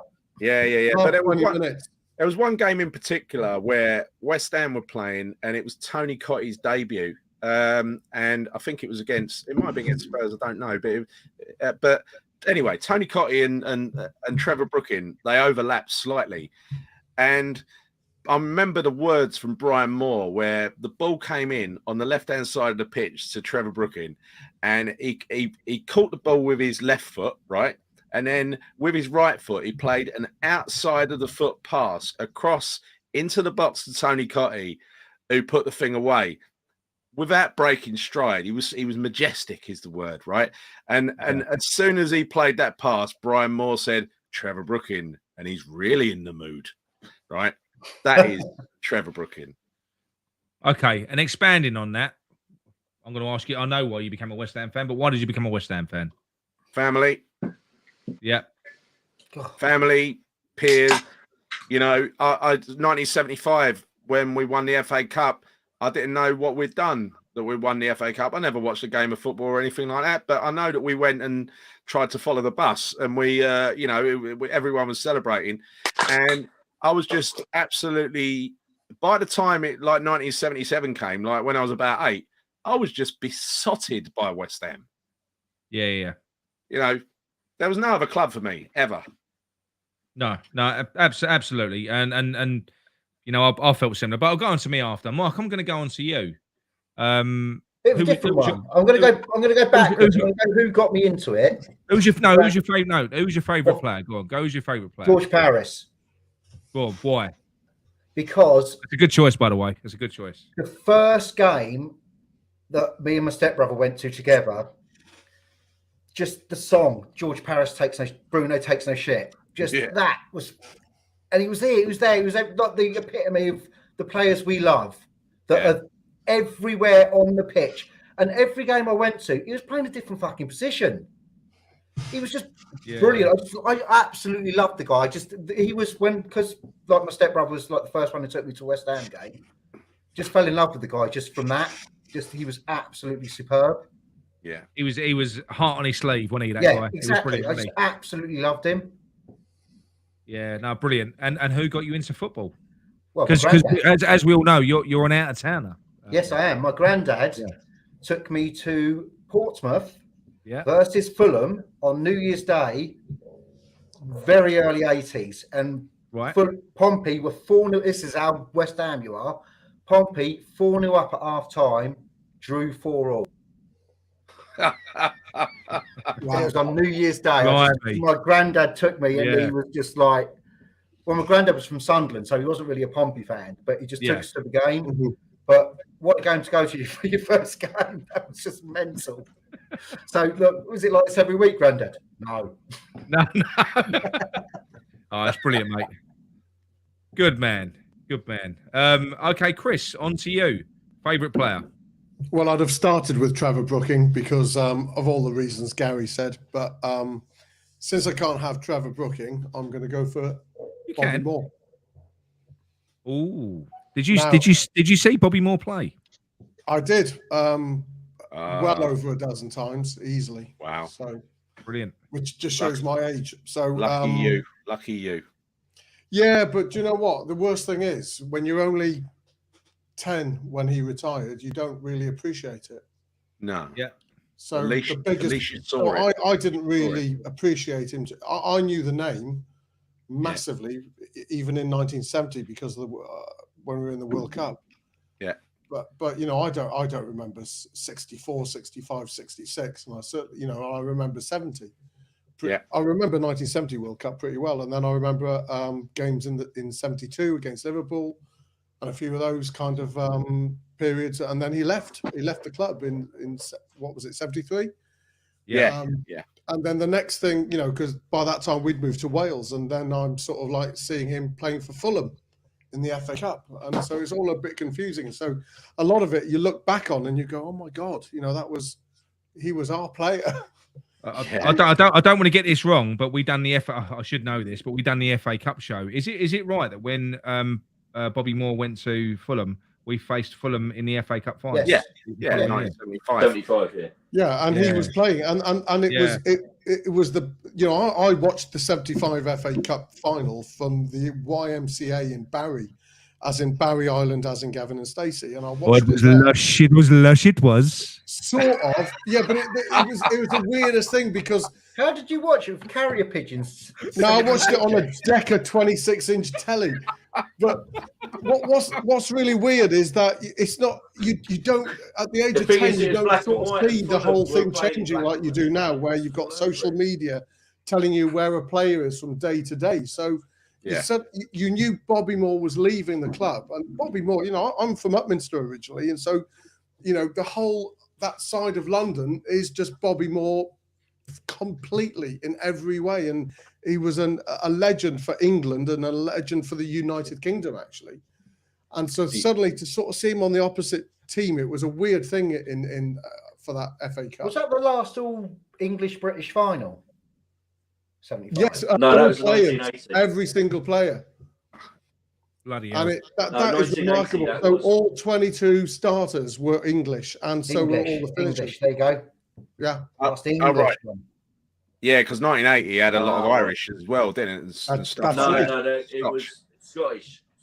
Ray Stewart, wasn't it? Yeah. Ray Stewart, my favourite ever penalty taker. And what was the B final? With all the players you say that about Bobby Moore, because when I go abroad now and I've got like a West Ham top one, and you meet a local and they're like well, maybe after Europa it'll be different. Do you do a naughty Cockney walk when you're abroad when you wear your West Ham shirt? Because I do. Naughty. Yeah, of course you do. You do a naughty little shuffle, little naughty. Yeah. I've only got little legs, to be fair, but No, but they ask you, and you Did say a geezer to them, walk? You That's try and say who West Ham are because they might not know. So I always revert to Bobby Moore, and they're like, oh yeah, Bobby. People still, of Everywhere. a certain age, still know Bobby Moore. Yeah, absolutely. Oh look, if Anyway, I'd have watched it, if whoever will have witnessed him, I mean, because I've obviously I've never seen him, but I've actually watched back some of the games, and he was truly fucking majestic. Some of the challenges that he used to make. I mean, I saw there was a show reel on YouTube, and it was only about 4 challenges because obviously not all the games were televised back then. But he seemed to be the master of making that fucking challenge whereby he could make a challenge and then the attacker would still be running. He'd look down, the ball would be gone. And, Bit like Dawson. Back off, take the ball. He had no pace either. It was like Brooklyn. No. He had no pace. He's so intelligent. Could spray the ball about, couldn't he? Great passer of the ball. Just going on Phil's point about people abroad recognising, and we used to go to a lot of holidays in France when we were when the kids were little, and Hugh always used to wear a West Ham top, as you'd imagine. Yeah. And at the time, it was Faubert was our right back, and so all the French people that we used to meet on holiday always used to talk about Julien Faubert and Bobby Moore in the same sentence, which for me was hilarious. But I actually really liked Julien Faubert because Hugh and I met him a couple of times at Upton Park in the late 2000s, and he was a lovely bloke. He was an absolutely lovely bloke. He really was. And we tried to speak a bit of French to him, which, as you can imagine, for me was a bit hilarious. But he was such a cool guy, and he may not have been the best footballer, but he was a really nice bloke. And but the funny thing was having Faubert and Moore in the same sentence when French people used to talk to us. Oh, oui, Julien Faubert, he's a fantastic player. Oh yeah, and like a Bobby Moore. I just used to love it. It was such a great conversation. Was it Faubert who used to pull up at Chablis in his Lamborghini and smoke? Yeah, and well, by the time he opened his door, a big plume of smoke used to come out. Yeah. That was Right. And Chris, going back to talking about your organ, let me finish you off. Can we understand? Can you help us understand how you? Not doing my trombone bit yet, am I? Can you help us understand how you ended up supporting West Ham and not Barry? Barry United. Well, because I wasn't born in Barry Island, I was born in Upminster. No. And then we went to Barry Island, and then the great Ruth Jones and James Corden wrote a soap opera about my family from East London and South Wales. So how cool is that? Chris, you've got to be ready, right, Chris? Because when we close the show tonight, you're going to take us out with "I'm Forever Blowing Bubbles." Oh, that's why his picture's frozen. He's practicing. He is. Nick, I'm not sure if it's going to work. Liz is back, and if she has been playing this bloody thing, she's going to come in here and belt me. So we'll see. He's greasing up his organ. He's getting it ready. I'm greasing my slide. Nick, before you answer the question, can I add an addendum to this? Of course you can, Phil. Of course you can. Go on. Who were you when you was a kid playing football? Who was you in your head? Who did you say you were at that when you was Julian Dix? Julian Dix. Honestly, when I was a kid. Trevor Brooking. Mike. Kenny Dalglish. Desmond. No, Kenny Dalglish. Fair enough. Chris, who are you? Oh my God, I don't want to say this. John Toshak. Go on, sir. Yeah. John Toshak. Lovely boy. Because he was the Liverpool player I saw in the first game I really remember at Upton Park in '72 when we lost. And Toshak was awesome. I'll tell you what, right? I'll tell you what. I wish you could buy those old kits. You remember the ones with the 2 tram lines down the front? Yeah. Yeah, the Orient had one, Leighton Orient, who we used to go and see. They had a white kit with a red tram line, and Wales had a red kit with a green and yellow tram line. That's what I remember. That was I love those kits. They were brilliant.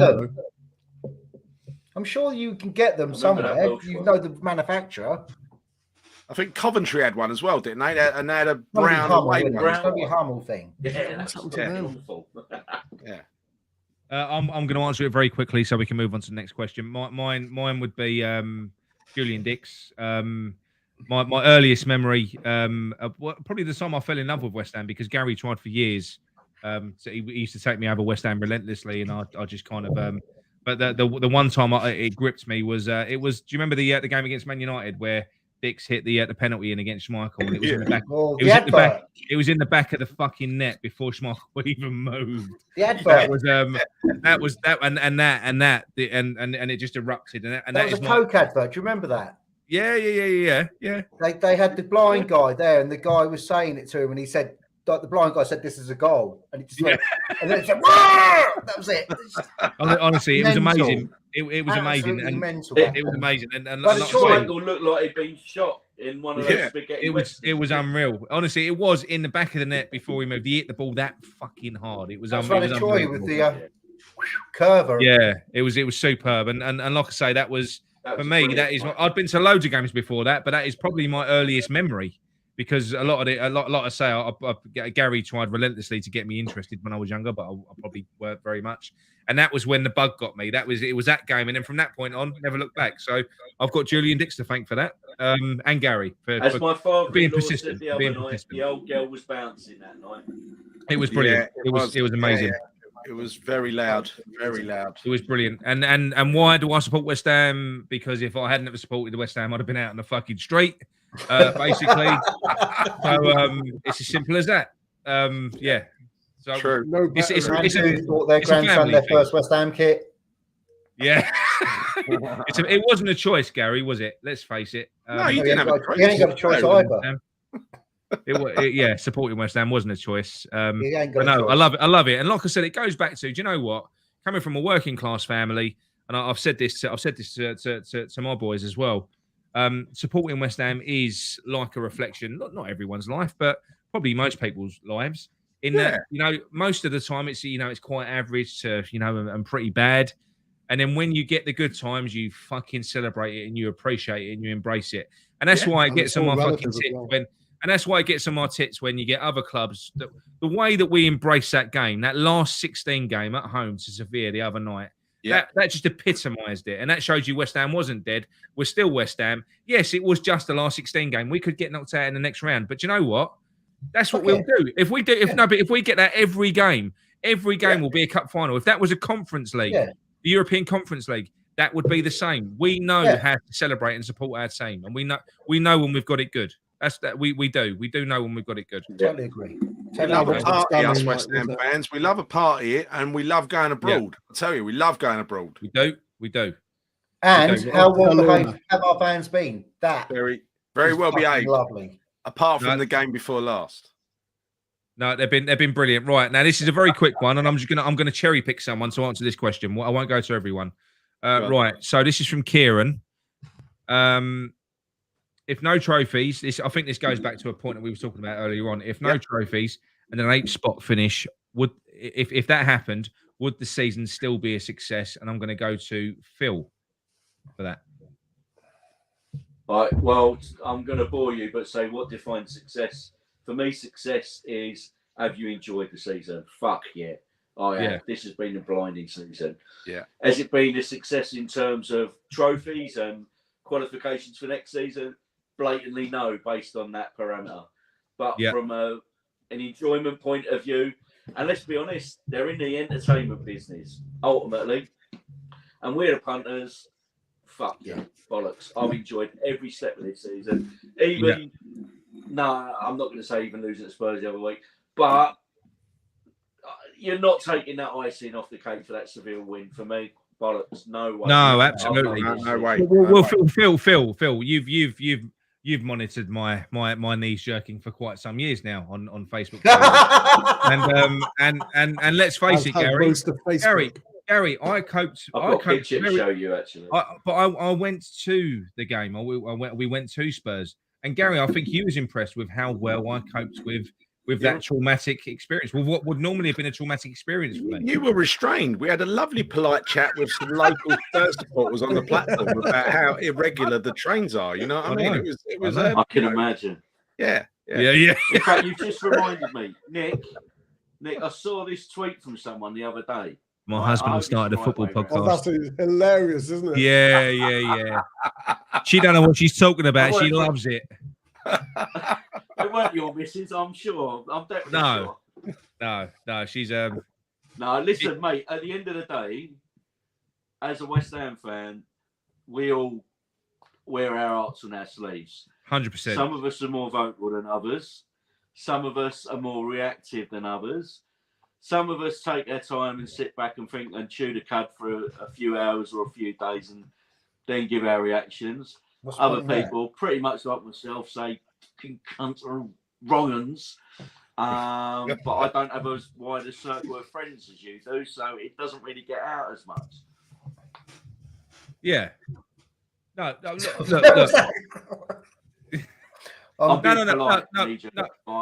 I've been baffled now. But for me, what I said the other night, I meant it. Okay, I think that Sevilla game has defined this season as successful because we had a brilliant start to the season.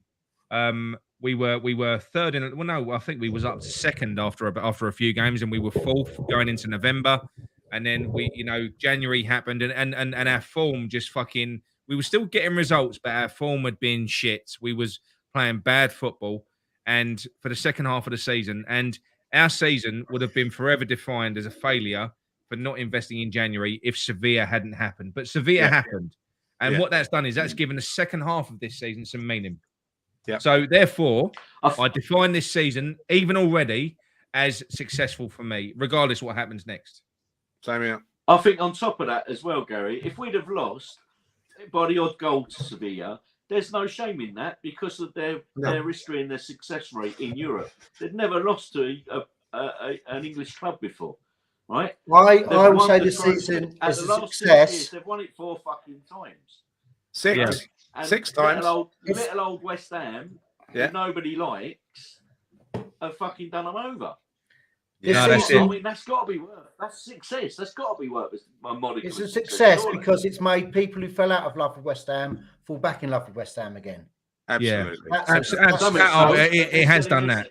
Yeah, it has done that. Right now, we've got one more question because we're going to try and wrap this up. Wait! Stop! I'm going to invade your comments. Mercedes says exactly a month before we touched down at Heathrow. Can't wait to celebrate with the West Ham fans. Been a fan since I was 7 or 8 due to my uncle. Mercedes and Danny. Sorry, excuse me, my drunken brain. I'll come into London, and we're gonna have a party. We're gonna have a party. We're gonna have a proper party because you know what? Yeah. The pair of them, Mercedes and Danny, they're absolute. And we've got a load of overseas fans, and that's the thing. I piss and moan about driving down the A12 going to watch a game, but these they get up early in the fucking morning to watch it. Do you know what I mean? Yeah. It's kind of they're properly committed. I can't wait. Danny is I've never met Mercedes. I can't wait to meet her. But Danny, I'm sure you've all seen him on our match previews. He's a fucking great guy, and he's a West Ham fanatic. Yeah. He absolutely adores it. It's brilliant. Yeah. So I can't wait to meet you guys. I really can't. And don't forget, Chris has to bring his passport every time he goes over the Pennines as well. So, that's true. That's true. Yeah.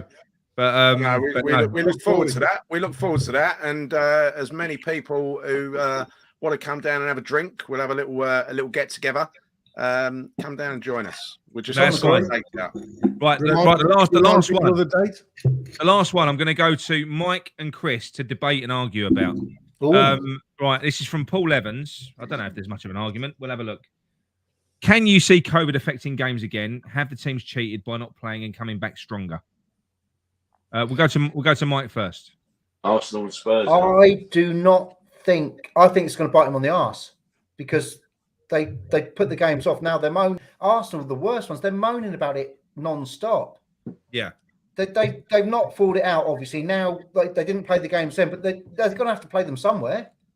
So it's going to be shoehorned in towards the end of the season whenever European teams can't play or can play. Mm. So what they've not thought of, is like, well, someone's here, someone's there. Tottenham were shit when they called that game off. Now they're not. Yeah. So they've bit themselves. I know this is Arsenal, to be fair, because they were the main culprits for this. They called off like so many games. Absolutely, it's gonna. I hope it does bite Arsenal on the arse, but not at the expense of Tottenham getting into the top 4. Absolutely fucking not. No. I don't like Arsenal, but I detest. It's not an irrational hatred of Spurs because everyone hates them. It's completely irrational. I fucking hate Spurs. Sorry, Sean. Fuck Spurs. Fuck Spurs. Sorry, not sorry, Sean. Yeah, sorry, not sorry. I'm not. I don't give a shit. So, Chris, Fuck Spurs, fuck Everton. Chris, what's your opinion on that question? Well, with COVID, it all depends on whether a variant comes along that starts killing people again, doesn't it? And that's the bottom line on that. So if that happens, then it'll affect games. If it doesn't, then it won't. Now, as far as these, Tottenham have gained a little bit because of their they've been able to space their games out. But remember, because they also dropped out of the Europa Conference, that also dropped their number of games as well. So that gave them a bit of an advantage. I don't think it's going to do a lot of it. I don't think COVID itself is going to make an effect this year, this season. No, there's not enough time left. Yeah, but I agree. But I do think Tottenham certainly gained with their number of games, and it's often good to have games in hand, or games Points on the board. Points on the board. Bag. But they've definitely gained compared to us. Look how much fresher they were at their place compared to us. Agree. And they still only beat us 2-1. Really, that last game was just a bit of a switch off by Zuma and Dawson not marking Son properly. But it was. And Chris, let's be honest. We played 120 minutes before that game, and they sat back. They were at home, and they sat back and tried to hit us on the break. But, that's respect. No, they did, but I think that's indicative that their team isn't that brilliant, and I think they're a bit scared. I think Conte's found that out going there, mate. Yeah, I do think I think he's regretting that move. Sorry, Sean, but I think he is. Yeah. Sorry, not sorry. Sorry, not sorry. So hopefully it won't affect us for this season anyway. We just gotta hope. No, I don't think it will. I think, like Mike, I think it will come back and bite. It deserves to come back and bite me on the arse because I do think that some people have actually taken the piss with it, and I don't. And West Ham haven't. No. West Ham haven't. We played it the right way. We tried to call the game off and got told we couldn't. Yeah. Yeah. I think that's Arsenal and Spurs have like 1 or 2 players affected by it, which is and Arteta. So now we're talking about this. So then we've got last week. a picture of Rice cuddling Sacco, who's just been confirmed and sent away from England with COVID. So that's great. Yeah, I know. Well, I'm going to be a little bit self-indulgent here. I can reveal this now because my other half has disclosed to her parents, my in-laws, that we are getting another dog. So I'm going to throw this little picture up on the screen. She's a female. She's a bulldog. We need a name. So can you have a little look? We pick her up on the 14th of August. It's a girl, yeah. Girl, and we're looking for a name for her. She's Bubbles or Tevez. I like Bubbles, but Jill's not having it for some reason. But yeah, so have a little think. Put some comments in the chat and let me know what you think for a name because we're not picking her up tomorrow, but we're going to see her for the first time. You're asking the worst family in the world to choose dog names from me. No, not at all. No. We've got a Jasper and a someone Bojack. who hates dogs, I would call it waste of space. I would call it don't care. I would call it don't care. Yeah. I'll get grief for that. So yeah. How can you hate dogs, Phil? They're a waste of time. No. Shut up. Mate, listen, all right, and I'll state this, right, for the record. I've got 4 kids, right? Go on. 5, 7, 13, 15, right? Yeah. First of all, if I wanted to go around cleaning arses again, right? Nah, leave that alone. I've got a 5-year-old who jumps around, he's nuts all of the time, right? Yeah. So I don't need something else that needs to go nuts on me. And in terms of going for a walk, well, I'm tied to my desk about 14 hours a day anyway, so fuck it. Oh, mate, I absolutely give me love a cat any day. They're easy. They take care of themselves. I'm not a cat person. I'm not a cat. No. We have got a cat. I don't see it very often. See, I was always We've got cat members in our Claret and Booze group. Come on. Yeah. Fuck Stanley Miles. I won't be invited back. I say that regularly, Mike. In fact, I say it every night. Yeah, look, Reese Barber, shut up, Phil. I'm with you, Reese. I know. I knew Reese had weighed in, man. No, Reese knows my position on dogs. Thankfully, he's got a gorgeous dog, so that's all right. Yeah.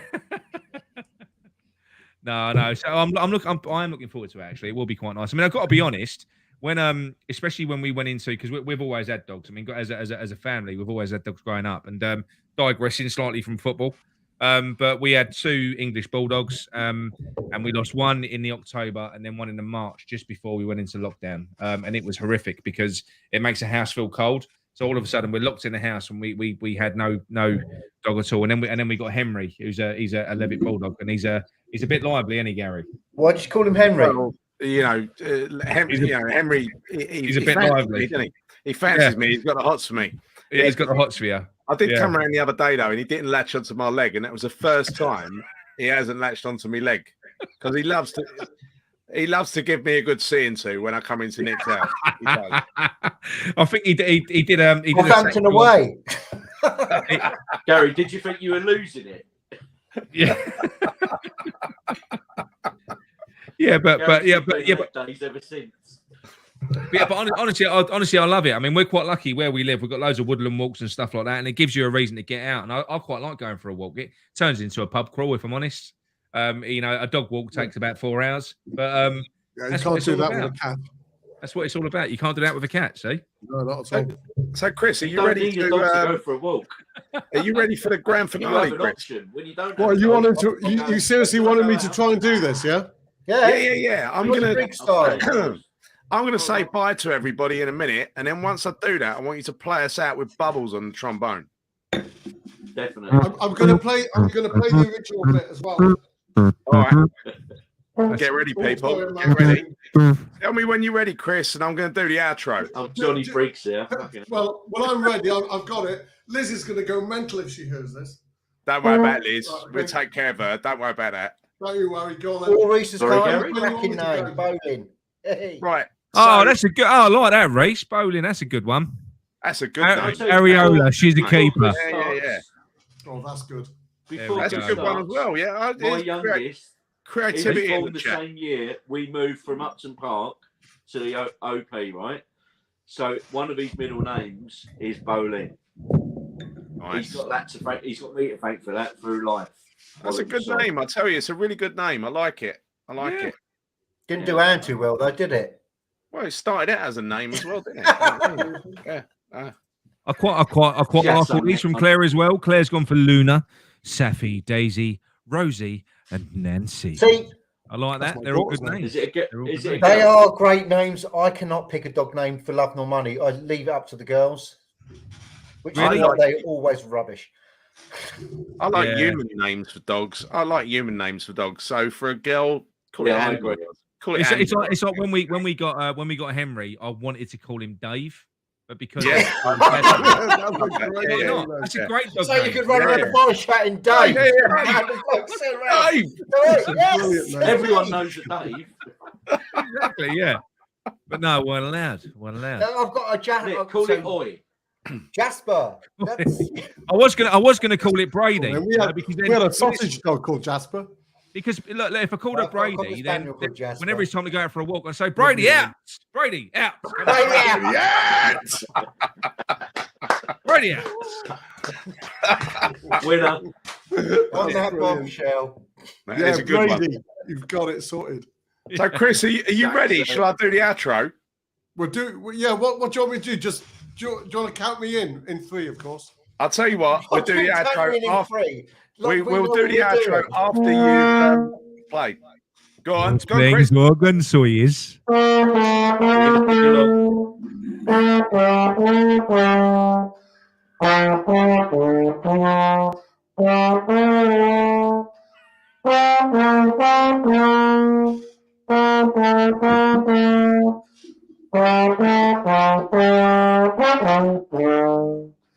Here we go.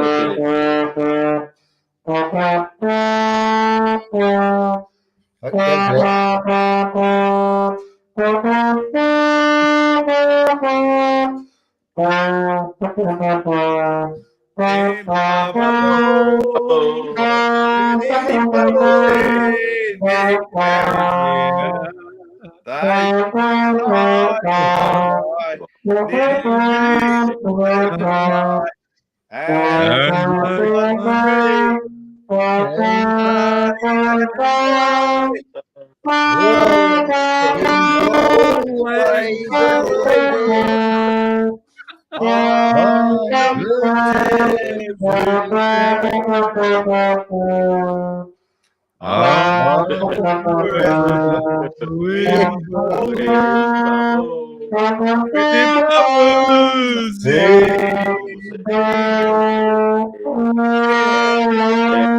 Well done, Chris.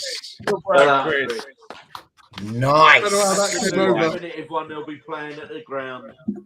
He loves playing his organ, he does. That was spectacular, Chris. What a magnificent good. show. So, look, thank you all for joining us. I hope you enjoyed this show in this football absent week. Thanks Look, to everyone who contributed. It's ad hoc. We had to make it up as we went along, and you've all helped. We're good at being ad hoc, and you help Yeah. us. So, That's good. thank you. Thank you to debut man Phil. Brilliant, Phil. Thanks for having me. Thanks for joining us. Thanks to Father Jack, Mike, Brennan. And he's Thank you, still Mike. awake. Arse. Thanks to Chris, who's always here. And thanks for the organ playing, Chris. Very That was good. good, mate. That was really good. Very I'm still good. confused about his picture. If you haven't done so already, please like, subscribe, and hit the bell notification icon. Hit that like button. Also, get yourself across to 6foot2.co.uk for the latest news stories, including the ones we covered on the show tonight. Great website. We'll be back on Sunday. No, will we be back on Sunday We this won't be week? back on Sunday. No, we're not going to do a Sunday. Can't make any more shit up, Talk Gary. We'll about- struggle tonight. Exactly. There's nothing to talk about on Sunday, so we will not be back on the Sunday. But we might could have play a Mother's Don's on the Day, guitar, Sunday. right? When do we mums? Instrument. But I won't tell you what it is, but we might have a bit of a surprise for you during the week this week. No. So look out for that. Ooh. Pink or blue? Don't know. Less telling you. exciting than that. It's a Pink or massive brown? secret. Shut up, Grandad. Massive secret.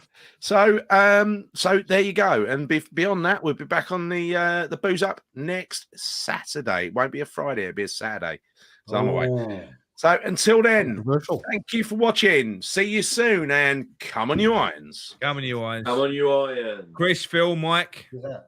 Brilliant. Cheers, gents. Cheers, chaps. Thanks for having me, guys.